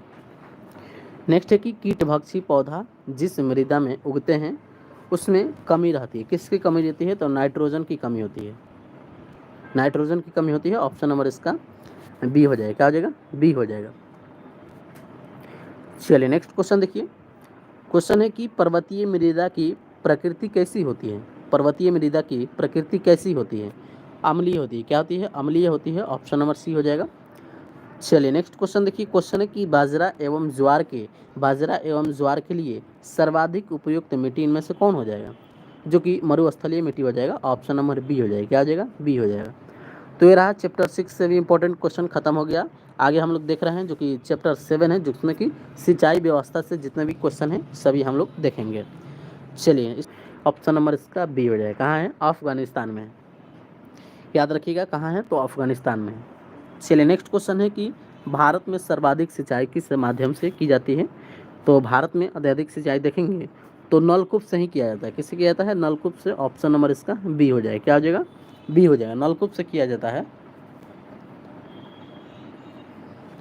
चलिए नेक्स्ट क्वेश्चन देखिए। क्वेश्चन है कि सरहिंद परियोजना किस राज्य में स्थित है। सरहिंद परियोजना किस राज्य में स्थित है? यह पंजाब में स्थित है। कहाँ है? पंजाब में। ऑप्शन नंबर डी हो जाएगा। कहाँ स्थित है? तो यह पंजाब में स्थित है। चलिए 94 नंबर प्रश्न देखते हैं। और 94 नंबर प्रश्न कह रहा है कि इंदिरा गांधी नहर परियोजना की नींव कब रखी गई थी। इंदिरा गांधी नहर परियोजना की नींव कब रखी गई थी? जो कि रखी गई थी 30 मार्च 1958 को। 30 मार्च 1958 को। ऑप्शन नंबर इसका बी हो जाएगा। क्या हो जाएगा? बी हो जाएगा। चलिए नेक्स्ट क्वेश्चन बताइए कि दीघी एवं बावली सिंचाई प्रणाली मुख्यतः संबंधित क्षेत्र बताइए। किससे संबंधित है? राजस्थान से संबंधित है। कहाँ से संबंधित है? तो राजस्थान से। ऑप्शन नंबर इसका सी हो जाएगा। क्या हो जाएगा? सी हो जाएगा। और 96 नंबर प्रश्न क्या कह रहा है कि त्वरित सिंचाई लाभ कार्यक्रम की शुरुआत कब किया गया। यह किया गया था, याद रखिएगा, 1996 से 97 के बीच किया गया था। ऑप्शन नंबर ए हो जाएगा। याद रखिएगा ऑप्शन नंबर ए हो जाएगा। चलिए नेक्स्ट क्वेश्चन बताइए कि टिहरी बांध के पीछे निर्मित झील का क्या नाम रखा गया है, बताइए। यहाँ से क्वेश्चन बनेगा। याद रखिएगा टिहरी बांध के पीछे निर्मित झील का क्या नाम रखा गया है। स्वामी रामतीर्थ सागर नाम रखा गया है। ऑप्शन नंबर ए हो जाएगा। क्या हो जाएगा? ऑप्शन नंबर ए हो जाएगा। चलिए नेक्स्ट क्वेश्चन देखिए। क्वेश्चन क्या कह रहा है कि राष्ट्रीय जल ग्रिड की जो कि संकल्पना सबसे पहले किसके द्वारा प्रस्तुत किया गया था। तो राम मनोहर लोहिया के द्वारा। ऑप्शन नंबर इसका बी हो जाएगा। क्या हो जाएगा? ऑप्शन नंबर बी हो जाएगा। चलिए अगला प्रश्न देखते हैं 99 नंबर। और अगला प्रश्न क्या कह रहा है कि भारत में सर्वाधिक सिंचाई विस्तार परसेंट वाला राज्य कौन हो जाएगा? तो इसमें देखेंगे तो पंजाब हो जाएगा। क्या हो जाएगा? पंजाब हो जाएगा। और अगला प्रश्न है कि दक्षिण भारत में सिंचाई व्यवस्था का जनक किसे माना जाता है? दक्षिण भारत में सिंचाई व्यवस्था का जनक किसे कहा जाता है? बेयड स्मिथ को कहा जाता है। किसे कहा जाता है? बेयड स्मिथ। ऑप्शन नंबर बी हो जाएगा। क्या हो जाएगा? ऑप्शन नंबर बी हो जाएगा। अगला प्रश्न है कि सुरंगम किस राज्य की पारंपरिक सिंचाई है? सुरंगम किस राज्य की जो कि पारंपरिक सिंचाई प्रणाली है? यह केरल का हो जाएगा। कहाँ का हो जाएगा? केरल का हो जाएगा। ऑप्शन नंबर इसका डी हो जाएगा। क्या हो जाएगा? डी हो जाएगा। चलिए, ये चैप्टर 7 का भी कंप्लीट हो गया। आगे हम लोग देखेंगे जो कि चैप्टर 8 का, जिसमें कि कृषि एवं पशुपालन से जितने भी क्वेश्चन बनेंगे सभी क्वेश्चन देखेंगे। देखिए, इसमें पहला क्वेश्चन क्या कह रहा है कि वैसी फसल जिसकी बुआई अक्टूबर नवंबर में हो तथा कटाई मार्च अप्रैल में, उसे क्या कहेंगे? देखिए, ऐसा क्वेश्चन पूछा जाता है, याद रखिएगा। इसे कहेंगे जो कि रबी फसल कहेंगे। क्या कहेंगे? रबी फसल कहेंगे। और जो जून जुलाई में बुआई होता है और काटते हैं तो ये खरीफ फसल हो जाएगा। जून जुलाई में जो बुआई होता है उसे क्या कहेंगे? तो रबी फसल, खरीफ फसल कहेंगे। बाकी ये रबी फसल हो जाएगा। चलिए बताइए, 103वां प्रश्न देखिए क्या कह रहा है। प्रश्न कह रहा है कि किसी एक भूमि पर जो कि एक फसल की वर्ष में उत्पादन बारंबारता क्या कहलाता है? जो कि ससय गहनता कहलाता है। ससय गहनता कहलाता है। ऑप्शन नंबर सी हो जाएगा। देखिए, सभी काफ़ी इंपॉर्टेंट प्रश्न बन रहा है। इस सभी प्रश्न को आप लोग याद रखिएगा। चलिए बताइए, प्रश्न अगला क्या कर रहा है कि जैविक कृषि का जनक किसे माना जाता है? जैविक कृषि का जनक जो कि अस्टुअर्ड गार्ड को माना जाता है। ऑप्शन नंबर ए हो जाएगा। क्या हो जाएगा? ऑप्शन नंबर ए हो जाएगा। अगला प्रश्न है कि भारत में हरित क्रांति आने के बाद कहाँ पर विस्तृत विस्तृत खेती का प्रचलन तेजी से बढ़ा था? बताइए, तेजी से बढ़ा था पंजाब एवं हरियाणा में। पंजाब एवं हरियाणा में। ऑप्शन नंबर ए हो जाएगा। पंजाब एवं हरियाणा हो जाएगा। याद रखिएगा, पंजाब एवं हरियाणा हो जाएगा। चलिए बताइए, नेक्स्ट क्वेश्चन बताइए कि स्थानांतरित कृषि को उड़ीसा में क्या कहा जाता है? उड़ीसा में कहा जाता है कोमान, ब्रिंगा, उसके बाद पामाडीला। पामाडीला बताइए। और सबसे अधिक देखेंगे तो यह स्थानांतरित कृषि देखेंगे तो सबसे ज़्यादा मेघालय में हो जाएगा। कहाँ हो जाएगा? मेघालय में हो जाएगा। चलिए बताइए, अगला प्रश्न देखिए। और यहाँ से क्वेश्चन आपके प्रीवियस शीट में बहुत बार क्वेश्चन पूछा गया है। याद रखिएगा, क्वेश्चन पूछ रहा है कि अंगूर के उत्पादन को क्या कहेंगे? बीटी कल्चर कहेंगे। क्या कहेंगे? BT culture. क्वेश्चन यहाँ से पूछेगा कि मत्स्य पालन के लिए बताइए किसमें अध्ययन किया जाता है? PC culture. क्वेश्चन पूछेगा कि रेशम पालन बताइए, यह होता है जो कि सेरी कल्चर होता है। ये तीनों प्रश्न याद रखिएगा, यहाँ से क्वेश्चन आपके एग्जाम में देखने को मिलेगा। चलिए नेक्स्ट क्वेश्चन देखते हैं। और नेक्स्ट क्वेश्चन क्या कह रहा है कि राष्ट्रीय चावल अनुसंधान केंद्र कहाँ स्थित है? देखिए, यहाँ से सभी इंपॉर्टेंट प्रश्न देखने को मिल रहा है। कंप्लीट आप लोग क्लास देखिएगा, इसमें 251 प्रश्न हैं। कंप्लीट 251 प्रश्न देख लीजिएगा। ज्योग्राफी से यहाँ से क्वेश्चन बाहर नहीं जाएगा। बताइए, इसमें कि राष्ट्रीय चावल अनुसंधान केंद्र कहाँ स्थित है?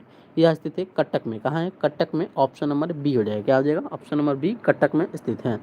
अगला प्रश्न है कि चावल किस प्रकार का खरीफ फसल है? चावल किस प्रकार का खरीफ फसल है? तो उष्णकटिबंधीय। क्या है? उष्णकटिबंधीय। ऑप्शन नंबर ए हो जाएगा। उष्णकटिबंधीय है। चलिए नेक्स्ट क्वेश्चन देखिए। 110वां प्रश्न देखिए क्या कह रहा है। और 110वां प्रश्न देखेंगे, कह रहा है कि निम्नलिखित में से गेहूं की प्रमुख किस्में इनमें से कौन है? सभी हो जाएगा। राज 3077 ये गेहूं का ही किस्म है। अर्जुन देखेंगे तो गेहूं का ही किस्म है। उसके बाद कल्याण सोना देखेंगे तो ये भी क्या हो जाएगा? तो गेहूं का ही प्रमुख किस्में हो जाएंगे। याद रखिएगा, इनमें से सभी राइट आंसर हो जाएगा। और इसको याद रखिएगा, क्वेश्चन यहाँ से पूछ देगा कि गेहूं का इनमें से कौन से किस्म नहीं है, तो क्वेश्चन याद रहेगा तभी बनेगा। चलिए बताइए, अगला प्रश्न देखिए। प्रश्न है कि भारत में सबसे ज़्यादा गेहूं उत्पादन कौन राज्य करता है? काफ़ी इंपॉर्टेंट प्रश्न है। भारत में सबसे ज़्यादा गेहूं उत्पादन देखेंगे तो उत्तर प्रदेश करता है। कौन करता है? उत्तर प्रदेश करता है। याद रखिएगा, उत्तर प्रदेश कहता है। चलिए नेक्स्ट क्वेश्चन देखिए। क्वेश्चन अगला क्या कह रहा है कि सर्वाधिक सिंचाई वाला फसल इनमें से कौन हो जाएगा? सबसे ज़्यादा सिंचाई वाला फसल देखेंगे तो गन्ना हो जाएगा। क्या हो जाएगा? गन्ना हो जाएगा। ऑप्शन नंबर डी हो जाएगा। क्या हो जाएगा? तो गन्ना हो जाएगा। अगला प्रश्न है कि चाय में कौन सा पदार्थ पाया जाता है? चाय में देखेंगे तो थीन पाया जाता है। क्या हो जाएगा? थीन पाया जाता है। क्या पाया जाता है? थीन पाया जाता है। कॉफ़ी में कैफीन पाया जाता है। याद रखिएगा। क्वेश्चन पूछ रहा है कि कॉफ़ी या कहवा का सबसे ज़्यादा उत्पादन कौन करता है? सबसे ज़्यादा ब्राज़ील करता है, कौन करता है? ब्राज़ील करता है, ऑप्शन नंबर इसका डी हो जाएगा। सबसे ज़्यादा कौन करता है? तो ब्राज़ील करता है। चलिए बताइए नेक्स्ट प्रश्न क्या कह रहा है कि जूट के उत्पादन के लिए किस प्रकार की मिट्टी की आवश्यकता पड़ती है? इसमें दोमट मिट्टी की यूज़ किया जाता है, ऑप्शन नंबर इसका बी हो जाएगा। दोमट मिट्टी का जो कि जूट के उत्पादन के लिए सबसे अच्छी मिट्टी मानी जाती है। चलिए अगला प्रश्न बताइए। प्रश्न है कि विश्व का एकमात्र देश कौन सा है जो मूंगा रेशम का उत्पादन करता है? मूंगा रेशम का उत्पादन देखेंगे तो भारत करता है। कौन करता है? भारत करता है, ऑप्शन नंबर डी हो जाएगा। कौन करता है? तो भारत करता है। याद रखिएगा प्रश्न को। चलिए बताइए नेक्स्ट प्रश्न का उत्तर दीजिए। और नेक्स्ट प्रश्न क्या कह रहा है कि जो कि निम्नलिखित में से इनमें से नगदी फसल कौन है? बताइए नगदी फसल का उदाहरण इनमें से कौन हो जाएगा? चलिए 117 नंबर का उत्तर दीजिए कि नगदी फसल का उदाहरण इनमें से कौन हो जाएगा? इनमें देखेंगे तो सभी हो जाएगा। क्या हो जाएगा? सभी हो जाएगा। तंबाकू भी हो जाएगा, साथ में इसमें चाय हो जाएगा, कॉफ़ी हो जाएगा। ये सभी नगदी फसल का उदाहरण है। याद रखिएगा सभी नगदी फसल का उदाहरण है। चलिए नेक्स्ट क्वेश्चन का उत्तर दीजिए कि भारत में हरित क्रांति का जनक किसे माना जाता है? भारत में हरित क्रांति का जनक जो कि एम.एस. स्वामीनाथन को माना जाता है। और विश्व में देखेंगे, विश्व में हरित क्रांति का जनक तो याद रखिए किसे माना जाता है? तो नॉर्मन बोरलॉग को। नॉर्मन बोरलॉग को विश्व में हरित क्रांति का जनक माना जाता है। और भारत में देखेंगे तो एम.एस. स्वामीनाथन को माना जाता है। तो यहाँ से प्रश्न बनेगा, आप लोग याद रखिएगा। चलिए 119वां प्रश्न का उत्तर दीजिए। और प्रश्न क्या कह रहा है कि श्वेत क्रांति से भारत का कौन सा क्षेत्र सर्वाधिक लाभान्वित हो रहा है? उत्तरी क्षेत्र रहा है। कौन रहा है? उत्तरी क्षेत्र, ऑप्शन नंबर ए हो जाएगा। क्या हो जाएगा? ऑप्शन नंबर ए हो जाएगा। चलिए यहाँ से भी क्वेश्चन पूछा गया है, कह रहा है कि नदी जोड़ो योजना के लिए कौन सी क्रांति लाई गई थी? इसमें लाई थी अमृत क्रांति। क्या लाई थी? अमृत क्रांति। बाकी यहाँ से क्वेश्चन पूछेगा गुलाबी क्रांति किससे संबंधित है? झींगा से संबंधित है। याद रखिएगा। चलिए बताइए अगला प्रश्न देखिए क्या कह रहा है। प्रश्न है कि निम्नलिखित में से कौन कौन गाय की प्रमुख किस्में हैं? देखिए गाय की प्रमुख किस्में पूछ रहा है, जो कि सभी हो जाएगा इसमें, जो कि साहिवाल एवं राठी हो जाएगी, नागौरी एवं अंगोल हो जाएगा, गिर एवं मालवी हो जाएगा। ये सभी जो कि गाय का प्रमुख किस्म हो जाएगा, इनमें से सभी हो जाएगा, ऑप्शन नंबर डी हो जाएगा। तो गाय की किस्म आप लोग याद रखिएगा। चलिए हम लोग को चैप्टर 8 भी कंप्लीट कर लिए। आगे हम लोग देखेंगे चैप्टर 9, जिसमें कि खनिज के बारे में जितने भी क्वेश्चन पूछे गए हैं सभी क्वेश्चन को देखेंगे। तो चलिए चैप्टर 9 का क्वेश्चन देख लेते हैं। इसमें देखिए क्वेश्चन क्या कह रहा है। क्वेश्चन है कि भारत में किस क्षेत्र को भारतीय खनिज का हृदय स्थल कहा जाता है? काफ़ी इंपॉर्टेंट प्रश्न है। तो भारत में किस क्षेत्र को भारतीय खनिज का हृदय स्थल कहा जाता है? यह कहा जाता है जो कि उत्तर पूर्वी पेटी को, उत्तर पूर्वी पेटी को कहा जाता है। उत्तर पूर्वी पेटी को कहा जाता है। प्रश्न को याद रखिएगा। चलिए नेक्स्ट बताइए कि भारत के जो कि उत्तर पूर्वी भाग में देश का लगभग कितना प्रतिशत खनिज संसाधन लौह अयस्क पाया जाता है? इसमें देखेंगे तो 84% हो जाएगा। कितना हो जाएगा? 84%, ऑप्शन नंबर सी हो जाएगा। इसमें लगभग 251 प्रश्न है। कंप्लीट अगर इसको देख लेते हैं तो ज्योग्राफी का क्वेश्चन यहाँ से बाहर नहीं जाएगा। तो कंप्लीट इसको एग्जाम से पहले एक बार क्लास लगा लीजिएगा और इस क्वेश्चन को आप लोग देख लीजिएगा एक बार। चलिए नेक्स्ट क्वेश्चन देखिए। क्वेश्चन 124वां प्रश्न क्या कह रहा है। प्रश्न कह रहा है मैग्नीज का जो कि उपयोग कांच, शुष्क बैटरी और जंग रोधी इस्पात बनाने के लिए किया जाता है, तो इसका शीर्ष उत्पादन राज्य कौन करता है? सबसे ज़्यादा कौन करता है? तो मध्य प्रदेश कौन करता है? मध्य प्रदेश करता है, ऑप्शन नंबर ए हो जाएगा। क्या हो जाएगा? ऑप्शन नंबर ए हो जाएगा। चलिए 125वां प्रश्न देखते हैं। और 125वां प्रश्न कह रहा है कि भारत में तांबा के अयस्क का सबसे बड़ा भंडार कहाँ है? काफ़ी इंपॉर्टेंट प्रश्न है, याद रखिएगा। तांबा का अयस्क सबसे बड़ा भंडार देखेंगे तो मध्य प्रदेश हो जाएगा। क्या हो जाएगा? मध्य प्रदेश हो जाएगा। यहाँ से क्वेश्चन पूछेगा सोना के लिए कर्नाटक हो जाएगा, कर्नाटक हो जाएगा। और हीरा के लिए एमपी हो जाएगा। लोहा का अयस्क याद रखिएगा जो कि हेमेटाइट, मैग्नेटाइट, उसके बाद सीडेराइट, लिमोनाइट, ये सभी याद रखिएगा। चलिए बताइए अगला प्रश्न है कि सीसा किस अयस्क से प्राप्त होता है? गेलेना से प्राप्त होता है। किससे प्राप्त होता है? गेलेना से, ऑप्शन नंबर डी हो जाएगा। चलिए 127वां प्रश्न देखिए। और 127वां प्रश्न क्या कर रहा है कि भारत में बॉक्साइड का शीर्ष उत्पादन राज्य कौन हो जाएगा? बॉक्साइड पूछ रहा है कि सबसे ज़्यादा कौन उत्पादन करता है? तो उड़ीसा करता है। कौन करता है? उड़ीसा करता है, ऑप्शन नंबर सी हो जाएगा। क्या हो जाएगा? तो उड़ीसा करता है। प्रश्न को याद रखिएगा कौन करता है? उड़ीसा करता है। चलिए अब अगला प्रश्न हम लोग देखते हैं। प्रश्न है कि किस धातु का प्रयोग मुख्य रूप से इलेक्ट्रोप्लेटिंग, फोटोग्राफी इत्यादि में किया जाता है? इसमें किया जाता है चांदी का यूज किया जाता है। चांदी का यूज किया जाता है। ऑप्शन नंबर इसका बी हो जाएगा। क्या हो जाएगा? बी हो जाएगा, याद रखिएगा। चलिए नेक्स्ट क्वेश्चन देखिए। क्वेश्चन अगला क्या कह रहा है? क्वेश्चन है कि निम्नलिखित में से कौन समूह एक गैर धात्विक खनिज है? एक गैर धात्विक खनिज है। इनमें से सभी हो जाएगा, जो कि अभ्रक एवं चुना पत्थर, डोलोमाइट एवं एब्रेस्टॉक, उसके बाद जिप्सम, हीरा एवं संगमरमर। ये सभी जो देखेंगे तो ये धात्विक धात्विक खनिज हो जाएंगे। यहाँ से धात्विक खनिज याद कर लीजिएगा, क्योंकि इनमें से क्वेश्चन पूछेगा कि इनमें से कौन धात्विक खनिज नहीं है, तो यहाँ से प्रश्न याद रहेगा तभी बनेगा। ऑप्शन नंबर इसका डी हो जाएगा। यहाँ से इसको याद कर लीजिएगा। चलिए 130वां प्रश्न देखते हैं। और 130वां प्रश्न क्या कह रहा है? प्रश्न है कि भारत में माइका यानी अभ्रक का शीर्ष उत्पादन राज्य कौन हो जाएगा? तो आंध्र प्रदेश हो जाएगा। क्वेश्चन पूछेगा बॉक्साइट का उत्पादन राज्य, जो कि उड़ीसा में बॉक्साइट का उत्पादन किया जाता है। अगला प्रश्न है कि चूना पत्थर में जो कि सिलिका, एल्युमिनियम, फास्फोरस, सल्फर पाया जाता है, तो इसका शीर्ष उत्पादन कौन करता है? बताइए कौन करता है? तो मध्य प्रदेश करता है, एमपी करता है। ऑप्शन नंबर इसका बी हो जाएगा। क्या हो जाएगा? ऑप्शन नंबर बी हो जाएगा। चलिए नेक्स्ट प्रश्न की ओर बढ़ते हैं। और नेक्स्ट प्रश्न क्या कह रहा है? प्रश्न काफ़ी इंपॉर्टेंट है। कह रहा है कि भारत में कौन सा राज्य है जो जो एस्ब्रेस्टॉस का जो कि 95% अकेले उत्पादन करता है? बताइए। गुजरात हो जाएगा। कौन करता है? तो गुजरात करता है। ऑप्शन नंबर बी हो जाएगा। अगला प्रश्न है कि निम्नलिखित में से कौन कैल्शियम हाइड्रेट सल्फेट का एक उदाहरण है? जिप्सम हो जाएगा। क्या हो जाएगा? जिप्सम हो जाएगा। ऑप्शन नंबर इसका बी हो जाएगा। क्या हो जाएगा? जिप्सम हो जाएगा। चलिए बताइए कि ऊर्जा संरक्षण के बारे में परंपरागत ऊर्जा के उदाहरण इनमें से कौन हो जाएगा? सभी हो जाएगा, जो कि लकड़ी भी हो जाएगा, कोयला भी हो जाएगा, गैस भी हो जाएगा। इनमें से सभी जो कि क्या है? तो परंपरागत ऊर्जा का उदाहरण है। परंपरागत ऊर्जा का उदाहरण है, याद रखिएगा। चलिए नेक्स्ट क्वेश्चन की ओर बढ़ते हैं कि भारत में गोंडवाना, कालीन और तृतीयक युगीन कोयला के जो कि निक्षेप तेलंगाना के किस नदी घाटी में मिलते हैं? याद रखिएगा, जो कि गोदावरी नदी घाटी में मिलता है। गोदावरी नदी घाटी में मिलता है। ऑप्शन नंबर इसका सी हो जाएगा। क्या हो जाएगा? सी हो जाएगा। चलिए बताइए नेक्स्ट क्वेश्चन क्या कह रहा है कि कोयला का सबसे उत्तम कोटि रूप किसे माना जाता है? किसे माना जाता है? तो एंथ्रासाइट को माना जाता है। ऑप्शन नंबर ये हो जाएगा, एंथ्रासाइट हो जाएगा। क्या हो जाएगा? एंथ्रासाइट हो जाएगा। नेक्स्ट क्वेश्चन है कि वर्ष 2020-21 की रिपोर्ट के अनुसार जो कि भारत में शीर्ष कोयला का उत्पादन कौन करता है? झारखंड करता है। कौन करता है? तो झारखंड करता है। ऑप्शन नंबर इसका बी हो जाएगा। कौन करता है? झारखंड करता है। चलिए नेक्स्ट क्वेश्चन देखिए। और नेक्स्ट क्वेश्चन देखिए क्या कह रहा है?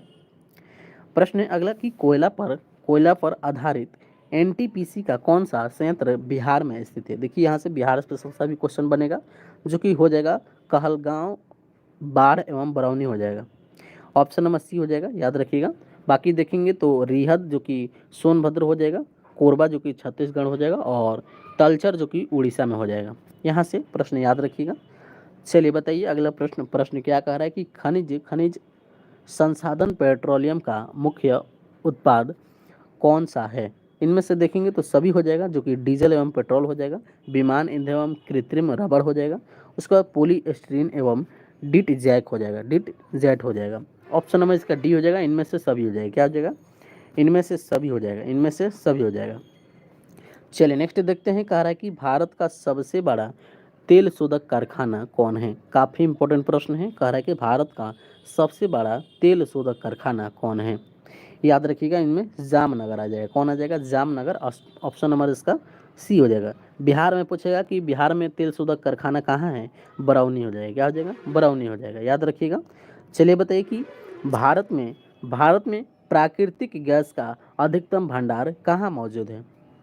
कहाँ मौजूद है? तो पूर्वी अपतट में है। पूर्वी अपतट में है, याद रखिएगा। ऑप्शन नंबर इसका बी हो जाएगा। क्या हो जाएगा? बी हो जाएगा। चलिए नेक्स्ट क्वेश्चन देखिए। क्वेश्चन अगला क्या कह रहा है कि भारत में सबसे ज़्यादा ऊर्जा का उत्पादन कौन राज्य करता है? 2024 के अनुसार बताना है। तो राजस्थान करता है। कौन करता है? राजस्थान। ऑप्शन नंबर डी हो जाएगा। कौन करता है? तो राजस्थान करता है। चलिए बताइए अगला प्रश्न है कि भारत में उपस्थित टनकपुर जो कि जल विद्युत केंद्र किस राज्य में स्थित है? बताइए, टनकपुर जल विद्युत केंद्र किस राज्य में स्थित है? ये उत्तराखंड में। कहाँ है? उत्तराखंड। उत्तराखंड में। हाँ, उत्पादन बताइए केंद्र कौन सा है? इनमें से देखेंगे तो कलपक्कम हो जाएगा। क्या हो जाएगा? कलपक्कम हो जाएगा। और कलपक्कम देखेंगे तमिलनाडु में हो जाएगा। कहाँ हो जाएगा? तमिलनाडु में। बाकी तारापुर देखेंगे महाराष्ट्र में हो जाएगा। उसके बाद काकरापारा हो जाएगा गुजरात में। और जैतपुर देखेंगे तो महाराष्ट्र में हो जाएगा। यहाँ से आप लोग प्रश्न को याद रखिएगा। चलिए हम लोग नेक्स्ट क्वेश्चन देखते हैं। क्वेश्चन है कि भारत का खनिज अन्वेषण निगम लिमिटेड कहाँ स्थित है? भारत का खनिज अन्वेषण निगम लिमिटेड कहाँ स्थित है? नागपुर में स्थित है। कहाँ स्थित है? तो नागपुर में स्थित है। तो ये रहा हम लोग का चैप्टर नंबर 9 का इंपॉर्टेंट क्वेश्चन कंप्लीट हो गया। और आगे हम लोग देखेंगे चैप्टर 10। चैप्टर 10 देखेंगे जिसमें कि उद्योग के बारे में हम लोग को क्वेश्चंस देखने हैं। चलिए इसमें देखेंगे आगे क्वेश्चन। और क्वेश्चन देखिए क्या कह रहा है कि भारत में पहला सूती वस्त्र का कारखाना कहाँ खोला गया है? देखिए काफ़ी इंपॉर्टेंट सभी प्रश्न हैं और सभी प्रश्न लगता है पी से क्वेश्चन डाले गए हैं और सभी इंपॉर्टेंट प्रश्न हैं। इसमें देखेंगे तो सूती वस्त्र कारखाना खोला गया है भारत में पहला, तो मुंबई में खोला गया है। कहाँ खोला गया है? मुंबई में। ऑप्शन नंबर ए हो जाएगा। कहाँ खोला गया है? क्वेश्चन यहाँ पूछा गया है, याद रखिएगा। बताइए अगला प्रश्न है कि भारत की आज़ादी के बाद दूसरी औद्योगिक क्रांति कब लाया गया? भारत के आज़ादी के बाद दूसरी औद्योगिक क्रांति कब लाया गया? 1956 में लाया गया था। कब लाया गया था? 1956 में लाया गया है, याद रखिएगा। चलिए अगला प्रश्न देखिए, कह रहा है कि किस उद्योग को आधारभूत कहा जाता है? यह कहा जाता है लौह एवं इस्पात उद्योग को कहा जाता है। ऑप्शन नंबर ए हो जाएगा। क्या हो जाएगा? ऑप्शन नंबर ए हो जाएगा। चलिए नेक्स्ट क्वेश्चन देखिए। और क्वेश्चन क्या कह रहा है कि भिलाई लौह एवं इस्पात संयंत्र यानी HSL की स्थापना किसके सहयोग से किया गया था? तो रूस के सहयोग से किया गया था। ऑप्शन नंबर बी हो जाएगा। रूस के सहयोग से किया गया था, याद रखिएगा। रूस के सहयोग से किया गया था। किसके सहयोग से किया गया था? रूस के सहयोग से किया गया था। अगला क्वेश्चन है कि कलिंग नगर टाटा का इस्पात संयंत्र यह कहाँ बनाया जा रहा है? बताइए कहाँ बनाया जा रहा है? उड़ीसा में, याद रखिएगा। उड़ीसा में। ऑप्शन नंबर सी हो जाएगा। कहाँ बनाया जा रहा है? उड़ीसा में। चलिए 152वां प्रश्न देखते हैं। और 152वां प्रश्न क्या कह रहा है? प्रश्न है कि मद्रास एल्युमिनियम बताइए कंपनी यानी MALCO किसके सहयोग से बनाया गया था? इटली के सहयोग से बनाया गया था, याद रखिएगा। ऑप्शन नंबर ए हो जाएगा। क्या हो जाएगा? ऑप्शन नंबर ए हो जाएगा। अगला प्रश्न है कि भारत में डीजल एवं विद्युत इंजन का निर्माण कहाँ किया जा रहा है? कहाँ किया जा रहा है? वाराणसी में किया जा रहा है, यूपी में। ऑप्शन नंबर ए हो जाएगा। वाराणसी यूपी में किया जा रहा है, याद रखिएगा। चलिए नेक्स्ट क्वेश्चन देखिए। क्वेश्चन क्या कह रहा है कि भारत में पहला जो कि उर्सल संयंत्र जो कि 1909 में कहाँ स्थापित किया गया था? प्रश्न है कि भारत का पहला सफलतम कागज उद्योग कहाँ स्थापित किया गया था? याद रखिएगा बालीगंज में। कहाँ गया था? बालीगंज। ऑप्शन नंबर बी हो जाएगा। बालीगंज। ऑप्शन नंबर बी हो जाएगा। चलिए नेक्स्ट क्वेश्चन की ओर बढ़ते हैं। और नेक्स्ट क्वेश्चन देखिए क्या कह रहा है। नेक्स्ट क्वेश्चन क्या कह रहा है कि कृषि के बाद भारत में दूसरा सर्वाधिक रोजगार देने वाला क्षेत्र कौन हो गया? तो सूती वस्त्र उद्योग हो जाएगा। ऑप्शन नंबर ए हो जाएगा। क्या हो जाएगा? Option number A. अगला प्रश्न है कि दक्षिण भारत का मैनचेस्टर किसे कहा जाता है? दक्षिण भारत का मैनचेस्टर किसे कहा जाता है? कोयम्बटूर को कहा जाता है। किसे कहा जाता है? कोयम्बटूर को। ऑप्शन नंबर बी हो जाएगा। कोयम्बटूर को कहा जाता है। चलिए नेक्स्ट क्वेश्चन देखिए, कह रहा है कि भारत में चीनी का सर्वाधिक उत्पादन राज्य कौन हो जाएगा? सबसे ज़्यादा चीनी देखेंगे तो कौन उत्पादन करता है? तो उत्तर प्रदेश करता है, यूपी करता है, याद रखिएगा। ऑप्शन नंबर इसका सी हो जाएगा। क्या हो जाएगा? सी हो जाएगा। नेक्स्ट क्वेश्चन है कि भारत के प्रमुख चर्म शोधन सलाय निम्नलिखित में से कौन है? इनमें से बताना है कौन हो जाएगा। तो सभी हो जाएगा। कानपुर हो जाएगा, टूक हो जाएगा, आगरा हो जाएगा, ये सभी हो जाएंगे। ऑप्शन नंबर इसका डी हो जाएगा। क्या हो जाएगा? ऑप्शन नंबर डी हो जाएगा। चलिए नेक्स्ट क्वेश्चन की ओर बढ़ते हैं। और नेक्स्ट क्वेश्चन क्या कह रहा है?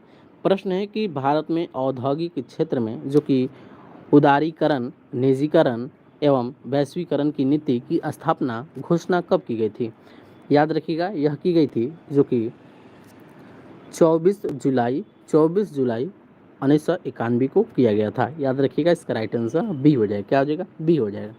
अगला प्रश्न है कि भारत में प्रथम दिया सलाई उद्योग की स्थापना कहाँ की गई? अहमदाबाद में। कहाँ की गई थी? अहमदाबाद में। उसको पूछेगा भारत में प्रथम जो कि चमड़ा उद्योग कहाँ पर खोला गया था, याद रखिएगा कानपुर में हो जाएगा। ये भी क्वेश्चन पूछा जाएगा, याद रखिएगा। चलिए, तो ये रहा चैप्टर 10 का भी इंपॉर्टेंट प्रश्न कंप्लीट हो गया। और आगे हम लोग देखेंगे चैप्टर 11 का इंपॉर्टेंट प्रश्न, जिसमें कि परिवहन के बारे में जितने भी क्वेश्चन पूछे गए हैं इसमें हम लोग देखेंगे। तो चलिए हम लोग देखते हैं। इसमें पहला क्वेश्चन देखिए क्या कह रहा है, और इसमें जो क्वेश्चन है कह रहा है कि भारतीय राष्ट्रीय राजमार्ग परिवहन यानी NHAI की स्थापना कब हुई थी। स्थापना याद रखिएगा 1995 में हुआ था। ऑप्शन नंबर इसका डी हो जाएगा। क्या हो जाएगा, ऑप्शन नंबर डी हो जाएगा। चलिए नेक्स्ट क्वेश्चन है कि स्वर्णिम चतुर्भुज के तहत चेन्नई से कोलकाता की लंबाई कितनी है। लंबाई कितनी है, 1684 kilometre. 1684 kilometre, option number B हो जाएगा। चलिए बताइए नेक्स्ट क्वेश्चन है कि भारत का सबसे बड़ा NH कौन सा हो जाएगा। भारत का सबसे बड़ा NH पूछेगा तो याद रखिएगा NH44 हो जाएगा। NH44 जो कि भारत का सबसे बड़ा क्या है तो NH है, याद रखिएगा। सबसे बड़ा NH देखेंगे भारत का NH44 हो जाएगा। NH44 हो जाएगा, याद रखिएगा क्वेश्चन को। चलिए नेक्स्ट क्वेश्चन की ओर बढ़ते हैं। और क्वेश्चन क्या कह रहा है कि भारत में जो कि सड़क घनत्व सर्वाधिक किस राज्य में है। केरल में हो जाएगा। कहाँ हो जाएगा, केरल में, ऑप्शन नंबर बी हो जाएगा। अगला प्रश्न है कि जम्मू कश्मीर के पर्वतीय इलाके में किस प्रोजेक्ट के तहत सड़कों का निर्माण किया जा रहा है। तो प्रोजेक्ट हीरक, ऑप्शन नंबर ए हो जाएगा। क्या हो जाएगा, ऑप्शन नंबर ए हो जाएगा। नेक्स्ट क्वेश्चन है कि भारतीय रेलवे की किस रेल मंडल जोन का मुख्यालय सिकंदराबाद में है। याद रखिएगा यह हो जाएगा दक्षिण मध्य रेलवे। याद रखिएगा। उस पर पूछेगा पूर्वी मध्य रेलवे का हाजीपुर में हो जाएगा। मध्य रेलवे का देखेंगे मुंबई हो जाएगा।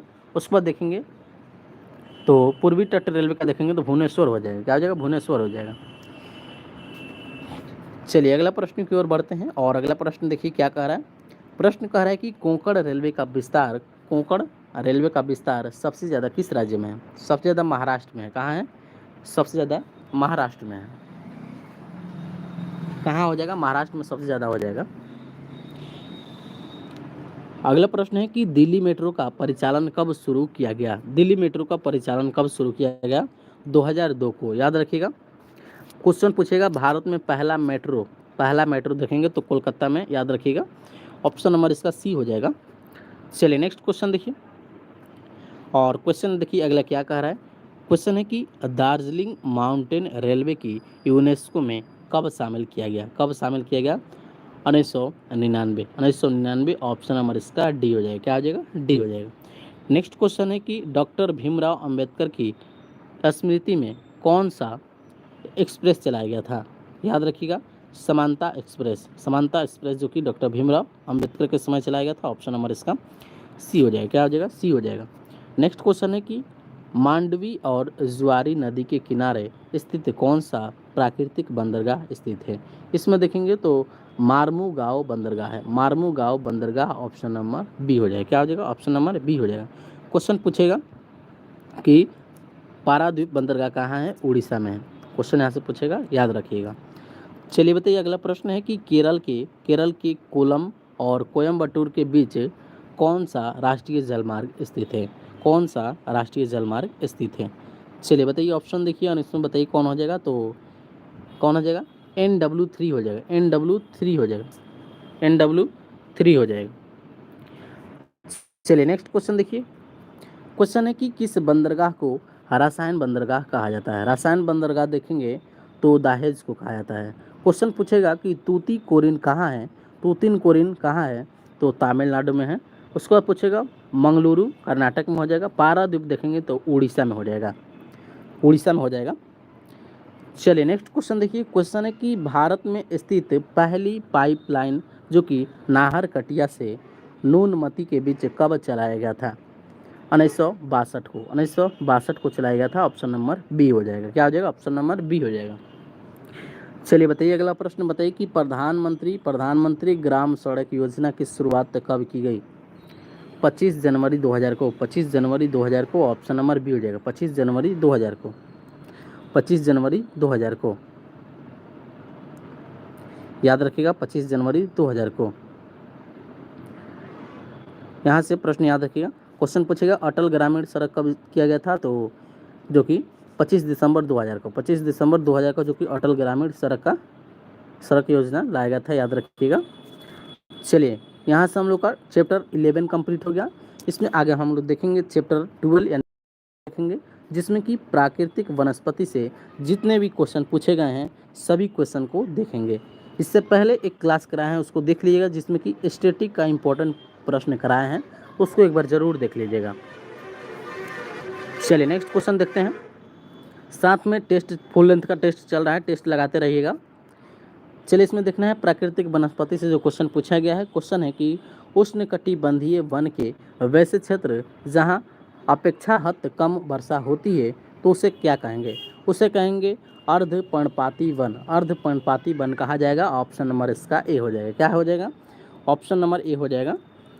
चलिए बताइए, अगला प्रश्न बताइए। और अगला प्रश्न क्या कह रहा है कि अर्धपर्णपाती वन में कौन से प्रमुख वृक्ष उगते हैं? इनमें देखेंगे तो चंदन का हो जाएगा, सागवान का हो जाएगा, महुआ का हो जाएगा, जो कि अर्धपर्णपाती वन में ये सभी वृक्ष उगते हैं। ऑप्शन नंबर इसका डी हो जाएगा। क्या हो जाएगा? डी हो जाएगा। नेक्स्ट प्रश्न है कि ऊंचाई बढ़ने के साथ साथ हिमालय पर्वत श्रृंखला में किस प्रकार की वनस्पति मिलती है?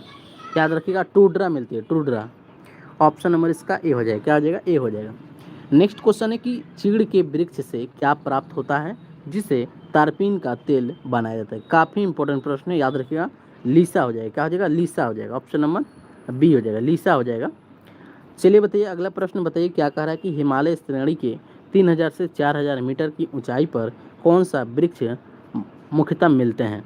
इसमें देखेंगे तो सिल्वर फर हो जाएगा, पाइन हो जाएगा, तो जूनिपर हो जाएगा, ये सभी हो जाएगा। ऑप्शन नंबर डी हो जाएगा। क्या हो जाएगा? ऑप्शन नंबर डी, इनमें से सभी हो जाएगा। याद रखिएगा प्रश्न को। चलिए नेक्स्ट प्रश्न की ओर बढ़ते हैं। और नेक्स्ट प्रश्न क्या कह रहा है कि नीलगिरी नीलगिरी नीलगिरी अनाईमलाई और पालनी पहाड़ी पर जाने वाली जो कि शीतोष्ण कटिबंधीय वनों को क्या कहा जाता है? इसे कहेंगे सुलास कहेंगे। क्या कहेंगे? सुलास कहेंगे। अगला प्रश्न है कि उच्च जैव विविधता वाले जो कि वेलाचली वन को और किस नाम से जाना जाता है? इनमें से देखेंगे तो मैग्रोव वन भी कहा जाता है, ज्वारीय वन भी कहा जाता है, अनूप वन भी कहा जाता है। यानी इनमें देखेंगे तो इनमें से सभी हो जाएगा। ऑप्शन नंबर डी हो जाएगा। क्या हो जाएगा? ऑप्शन नंबर डी, इनमें से सभी हो जाएगा। चलिए नेक्स्ट क्वेश्चन है, कह रहा है कि आर्द्र भूमि संरक्षण सम्मेलन रामसर सम्मेलन का आयोजन ईरान में कब किया गया था? याद रखिएगा, रामसर सम्मेलन पहला जो कि कहाँ हुआ था? तो ईरान में ही हुआ था। पूछ रहा है कि कब हुआ था? कब हुआ था? याद रखिएगा, यह 1971 में हुआ था। याद रखिएगा, 1971 में हुआ था। बाकी देखेंगे टाइगर प्रोजेक्ट जो कि 1973 में आया था।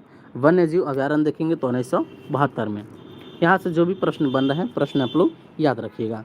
चलिए नेक्स्ट प्रश्न देखिए। प्रश्न क्या कह रहा है कि भारत का पहला रामसर साइट कौन हो जाएगा? इसमें चिल्का हो जाएगा, जो कि उड़ीसा में है। चिल्का हो जाएगा, जो कि उड़ीसा में हो जाएगा। बाकी देखेंगे तो बिहार का पूछेगा तो बिहार में कांवर झील हो जाएगा। उसके बाद कौन हो जाएगा? नागी नकटी हो जाएगा। और कांवर झील देखेंगे जमुई में हो जाएगा। नागी नकटी जो कि जमुई में हो जाएगा। यहाँ से याद रखिएगा, कांवर झील जो कि बेगूसराय में हो जाएगा। उसी प्रकार पूछेगा रेणुका झील जो कि कहाँ हो जाएगा? सर्वाधिक रामसर हो जाएगा ये। और बाकी देखेंगे बिहार में कौन हो जाएगा? तो नागी नकटी जो कि नागी पक्षी अभ्यारण्य जमुई में है। तो बिहार से भी क्वेश्चन पूछ सकता है, याद रखिएगा। चलिए बताइए, अगला प्रश्न है कि भारत में वन्यजीव संरक्षण अधिनियम कब लाया गया था? कब लाया गया था? तो यह लाया गया था जो कि 1952 में। कब लाया गया था? 1952 में लाया गया था। बताइए इसमें कौन हो जाएगा? इसमें देखेंगे तो बी हो जाएगा। ऑप्शन नंबर बी हो जाएगा इसमें, क्योंकि ये गलत काटा गया है। 1972 हो जाएगा। बाकी देखेंगे तो 1986 में जो कि क्या आया था? पर्यावरण संरक्षण आया था। यहाँ से याद है। वन नीति देखेंगे तो 1952 हो जाएगा। वन नीति कब आया था? तो 1952 में। यहाँ से प्रश्न याद रखिएगा।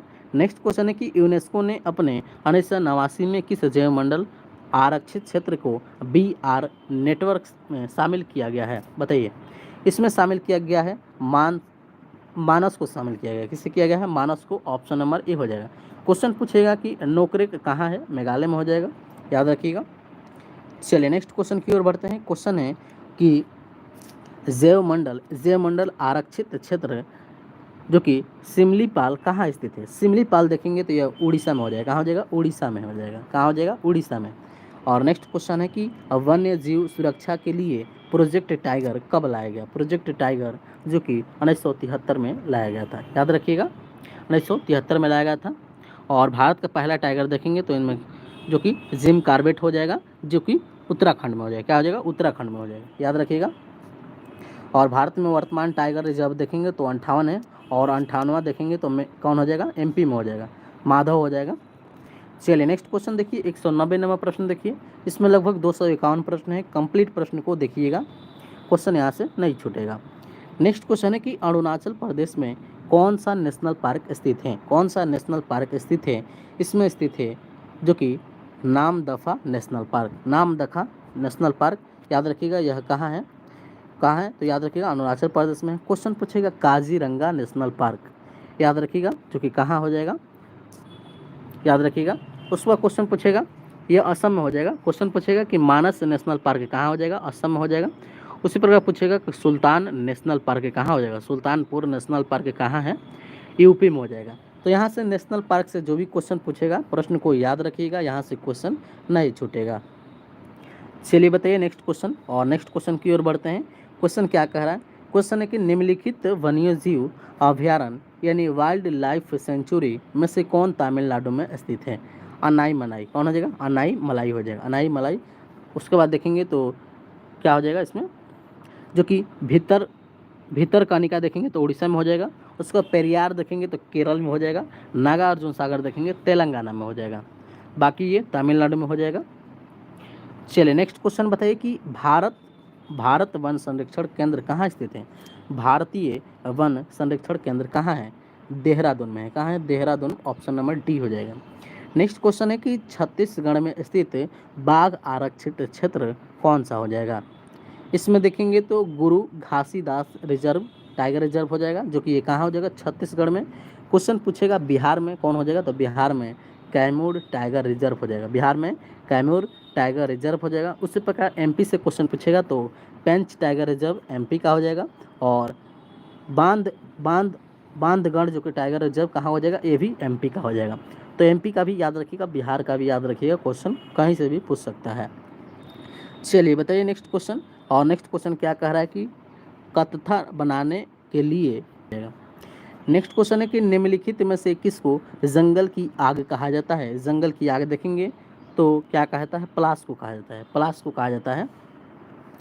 चलिए नेक्स्ट क्वेश्चन देखते हैं, और क्वेश्चन है कि भारत के क्षेत्र में जो कि मूंगा चट्टान कहाँ स्थित है। मूंगा चट्टान देखेंगे तो यह सभी में हो जाएगा, क्योंकि लक्षद्वीप में भी होगा, और मन्नार की खाड़ी में भी है, कच्छ की खाड़ी में भी है। ऑप्शन नंबर इसका डी हो जाएगा, इनमें से सभी हो जाएगा। तो ये रहा चैप्टर नंबर 12 भी कंप्लीट हो गया, और आगे हम लोग देखेंगे चैप्टर 11 देखेंगे, सॉरी चैप्टर 13 देखेंगे। और चैप्टर 13 में जो कि जनगणना से संबंधित जितने भी क्वेश्चन बनेंगे सभी क्वेश्चन देखेंगे। तो जनगणना से यहाँ से क्वेश्चन नहीं छूटेगा, याद रखिएगा। चलिए बताइए कि सर्वप्रथम 10 की जनगणना की शुरुआत अमेरिका में कब शुरू किया गया, अमेरिका में कब शुरू किया गया, याद रखिएगा। अमेरिका में देखेंगे तो यह शुरू किया गया था जो कि 1790 में, 1790 में जो अमेरिका में शुरू किया गया था। क्वेश्चन यहाँ से पूछेगा कि भारत में 10 की जनगणना कब शुरू किया गया था। 1881 में, कब किया गया था, 1881 में भारत में किया गया था, भारत में 1881 में किया गया था, याद रखिएगा। क्वेश्चन पूछेगा किसके समय, किसके समय, तो रिपन के समय, याद रखिएगा, रिपन के समय। चलिए नेक्स्ट प्रश्न की ओर बढ़ते हैं, और प्रश्न क्या कह रहा है कि भारतीय जनगणना में किस जनगणना को महान विभाजक की संज्ञा दी गई है। किसे दी गया है, 1921 को, 1921 को, याद रखिएगा, ऑप्शन नंबर बी हो जाएगा, क्या हो जाएगा, ऑप्शन नंबर बी हो जाएगा। नेक्स्ट क्वेश्चन है कि भारत सरकार ने पहली राष्ट्रीय जनसंख्या नीति की घोषणा कब किया, कब किया, तो 1976 में, कब किया, 1976 में, ऑप्शन नंबर सी हो जाएगा, क्या हो जाएगा, ऑप्शन नंबर सी हो जाएगा, ऑप्शन नंबर सी हो जाएगा। चलिए नेक्स्ट क्वेश्चन बताइए, क्वेश्चन क्या कह रहा है कि राष्ट्रीय जनगणना 2011 के अनुसार भारत में पुरुषों की संख्या कितनी % है, बताइए। राष्ट्रीय जनगणना के अनुसार 2011 के अनुसार पूछ रहा है कि भारत में पुरुष की जनसंख्या कितना है।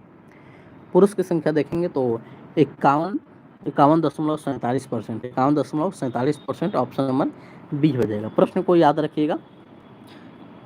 चलिए नेक्स्ट क्वेश्चन की ओर बढ़ते हैं। प्रश्न क्या कह रहा है कि राष्ट्रीय जनगणना 2011 के अनुसार भारत में किस राज्य की जनसंख्या सबसे अधिक है, बताइए। सबसे अधिक देखेंगे तो यह हो जाएगा जो कि उत्तर प्रदेश का हो जाएगा, क्या हो जाएगा, उत्तर प्रदेश हो जाएगा। बाकी कम देखेंगे तो कम सिक्किम का हो जाएगा, याद रखिएगा। चलिए नेक्स्ट क्वेश्चन देखिए, क्वेश्चन क्या कह रहा है कि राष्ट्रीय जनगणना 2011 के अनुसार भारत का जनघनत्व कितना है। भारत का जनघनत्व जो कि 382 है, कितना हो जाएगा 382, ऑप्शन नंबर इसका बी हो जाएगा, 382 हो जाएगा। अगला प्रश्न है कि राष्ट्रीय जनगणना 2011 के अनुसार भारतीय महिला की साक्षरता दर कितनी है। 65.86%, सॉरी 46%।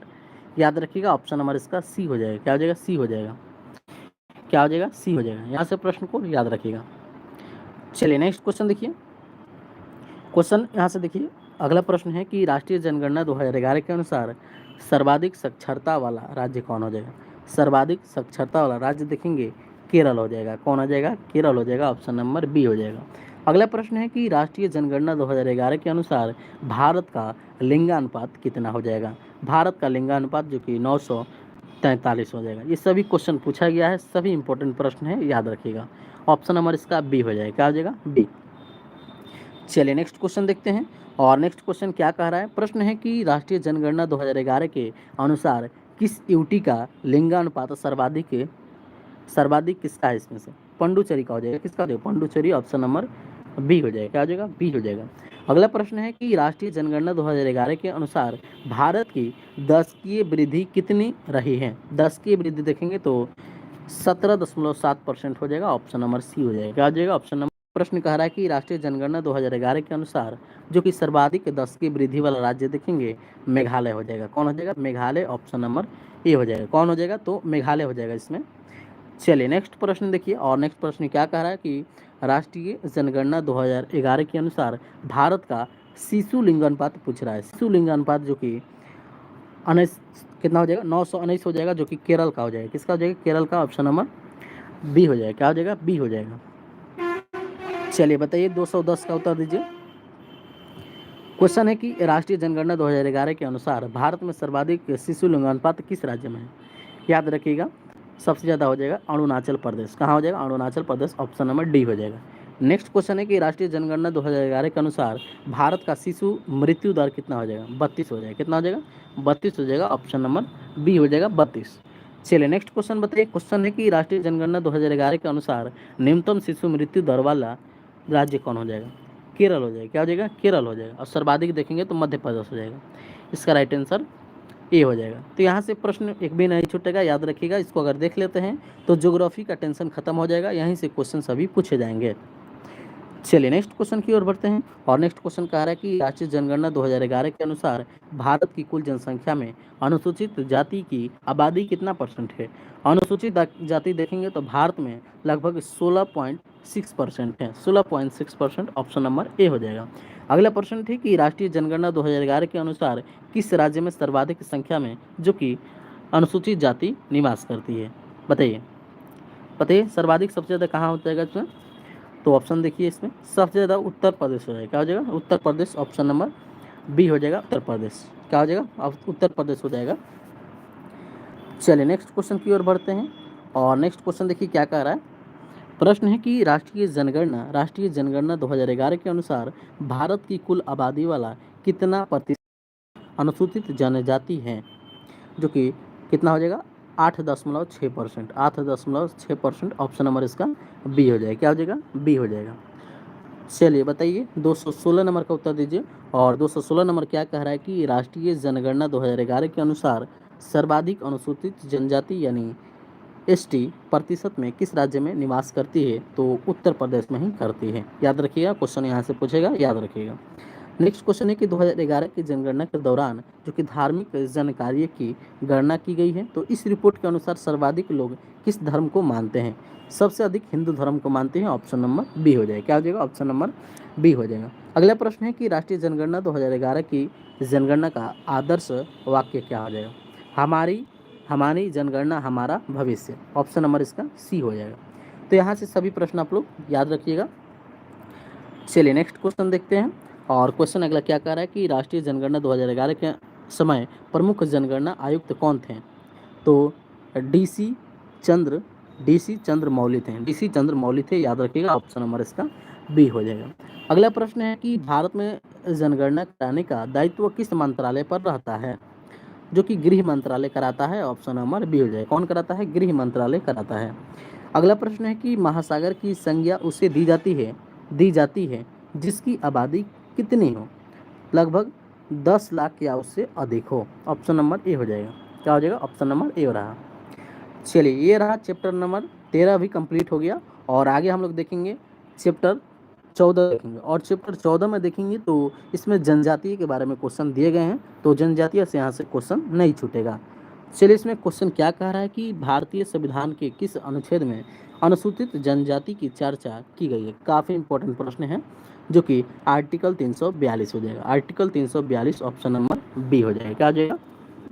ऑप्शन नंबर बी हो जाएगा। आर्टिकल 342 हो जाएगा। याद रखिएगा, आर्टिकल 342 हो जाएगा। चलिए, नेक्स्ट क्वेश्चन की ओर बढ़ते हैं। और प्रश्न क्या कह रहा है कि बी.एस. गुहा ने भारतीय प्रजातियों को कितने वर्गों में विभाजित किया है? लगभग सभी वर्गों में, यानी निग्रो, प्रोटो ऑस्ट्रेलियाड, उसके बाद मंगोलाइड, उसके बाद अल्पाइन, उसके बाद भूमध्य सागरीय और नॉर्डिक, ये सभी भागों में जो कि विभाजित किया गया है। ऑप्शन नंबर इसका डी हो जाएगा। इनमें से सभी हो जाएगा। चलिए, बताइए अगला प्रश्न का उत्तर दीजिए। और नेक्स्ट प्रश्न क्या कह रहा है कि सर्वप्रथम किसके जनजाति के लिए आदिवासी शब्द का प्रयोग किया गया है? याद रखिएगा, जो कि ठक्कर बप्पा के लिए ऑप्शन नंबर ए हो जाएगा। ऑप्शन नंबर ए हो जाएगा। याद रखिएगा। चलिए, नेक्स्ट क्वेश्चन का उत्तर दीजिए। और क्वेश्चन क्या कह रहा है कि भारत में निवास करने वाली सबसे बड़ी जनजाति का समूह देखेंगे तो भील जनजाति सबसे ज़्यादा भारत में निवास करती है। याद रखिएगा, भील जनजाति। क्या हो जाएगा? भील जनजाति। उसके बाद सेकंड नंबर पर देखेंगे तो गोंड आ जाएगा। और तीसरे नंबर पर जो कि संथाल हो जाएगा। चलिए, नेक्स्ट क्वेश्चन देखिए, कह रहा है कि कौन सी आदिवासी समुदाय जो कि दीपावली को सुख के रूप में मनाती है? काफ़ी इंपॉर्टेंट प्रश्न है। याद रखिएगा, थारू जनजाति, जो कि कहाँ हो जाएगा? झारखंड हो जाएगा। और संथाल देखेंगे तो ये भी झारखंड हो जाएगा। उसके बाद देखेंगे भोटिया, तो सिक्किम हो जाएगा। भोटिया कहाँ हो जाएगा? सिक्किम का हो जाएगा। तो यहाँ से प्रश्न नहीं छूटेगा, प्रश्न को देखते रहिए। चलिए, अगला प्रश्न की ओर बढ़ते हैं। और नेक्स्ट प्रश्न क्या कह रहा है? प्रश्न है अगला कि भारतीयों को सबसे बड़ी जनजाति समुदाय भील का संबंध है। यह हो जाएगा प्रोटो ऑस्ट्रियाल से संबंधित हो जाएगा। ऑप्शन नंबर बी हो जाएगा। क्या हो जाएगा? Option number B. Next question है कि भूत प्रेत तथा जादू टोना सर्वाधिक विश्वास किस जनजाति का रहता है? सबसे ज़्यादा ये रखते हैं गोंड वाले। कौन रखते हैं? गोंड वाले। ऑप्शन नंबर सी हो जाएगा। क्या हो जाएगा? Option number C. अगला प्रश्न है कि निम्नलिखित में से किस जनजाति का संबंध राजपूत घराने से है? याद रखिएगा, बुक्सा हो जाएगा। क्या हो जाएगा? बुक्सा हो जाएगा, जो कि वेस्ट बंगाल में रहते हैं। ऑप्शन नंबर इसका पी हो जाएगा। टोंडा देखेंगे तो दक्षिण भारत में रहते हैं। उसके बाद जोने सारी उत्तराखंड में रहते हैं। उसके बाद देखेंगे नागा देखेंगे तो नागा कहाँ रहते हैं? नागा जो कि नागालैंड में रहते हैं। नाम में ही नागा और नागालैंड में रहते हैं। चलिए, नेक्स्ट देखिए।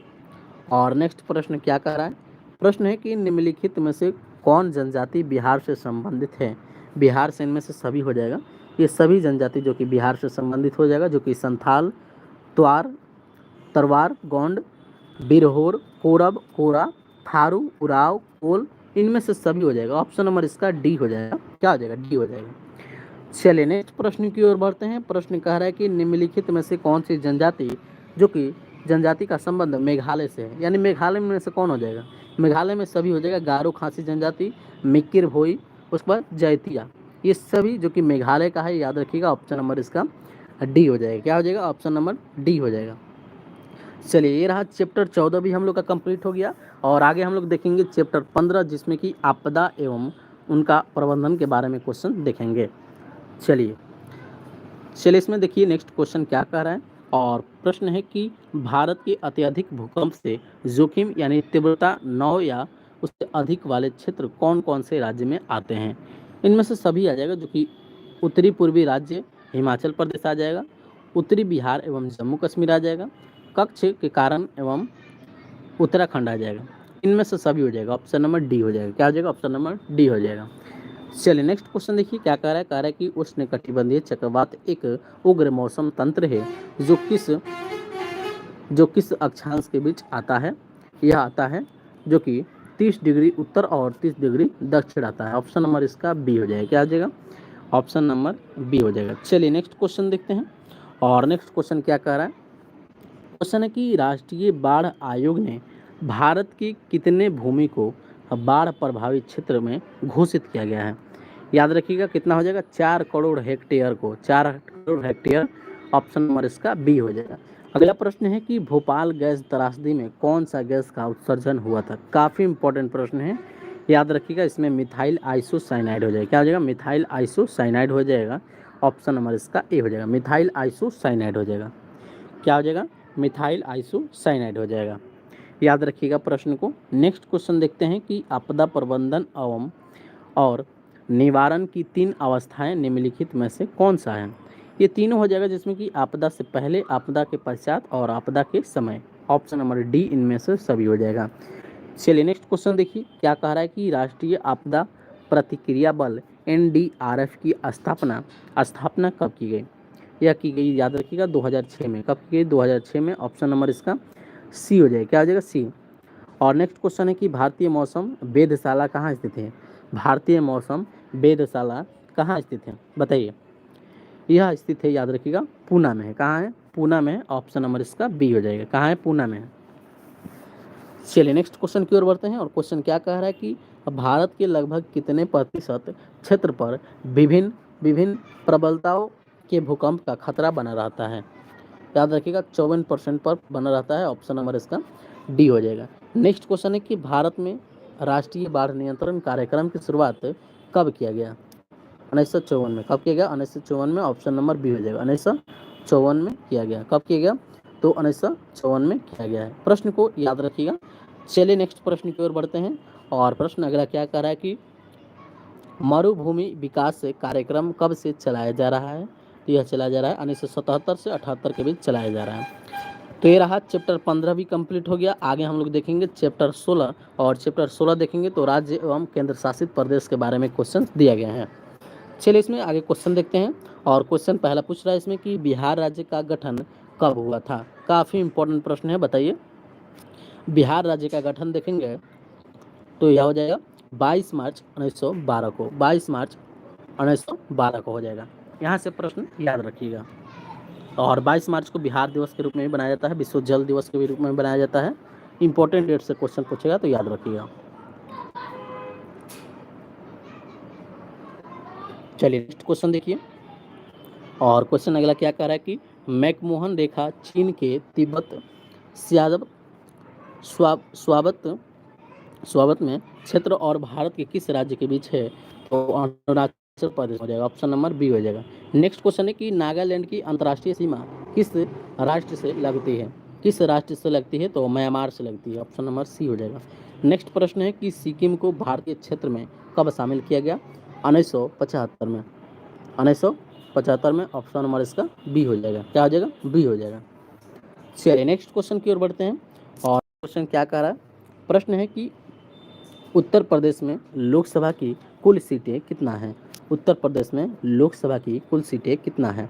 जो कि 80 है। कितना है? 80 है। ऑप्शन नंबर बी हो जाएगा। 80 हो जाएगा। ऑप्शन नंबर बी हो जाएगा। तो यहाँ से प्रश्न आप लोग याद रखिएगा। चलिए नेक्स्ट प्रश्न देखते हैं। प्रश्न है कि मिजोरम का जितना जितना लंबा सीमा स्थल बांग्लादेश से लगा हुआ है कितना हो जाएगा? तो 722 किलोमीटर। ऑप्शन नंबर ए हो जाएगा। ऑप्शन नंबर ए हो जाएगा 722 किलोमीटर।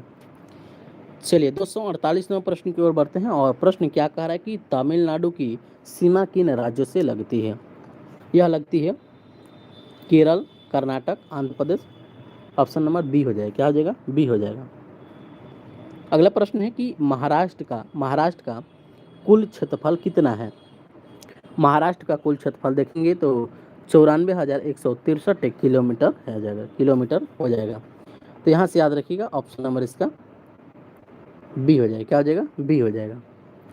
चलिए नेक्स्ट क्वेश्चन बताइए। और नेक्स्ट क्वेश्चन क्या कह रहा है कि तेलंगाना की स्थापना कब हुई थी? तेलंगाना की स्थापना कब हुई थी? तेलंगाना की स्थापना देखेंगे तो 2 जून 2014 को हुआ था। 2 जून 2014 को हुआ था। ऑप्शन नंबर इसका बी हो जाएगा। क्या हो जाएगा? बी हो जाएगा। और नेक्स्ट क्वेश्चन है कि भारत का कौन कौन क्षेत्र चीन के साथ विवादित जो कि स्थिति में है? विवादित स्थिति में है तो सभी हो जाएगा। इनमें से गलवान घाटी, उसके बाद तवांग हो जाएगा, अक्साई चीन हो जाएगा। याद रखिएगा इनमें से सभी हो जाएगा। ऑप्शन नंबर डी हो जाएगा।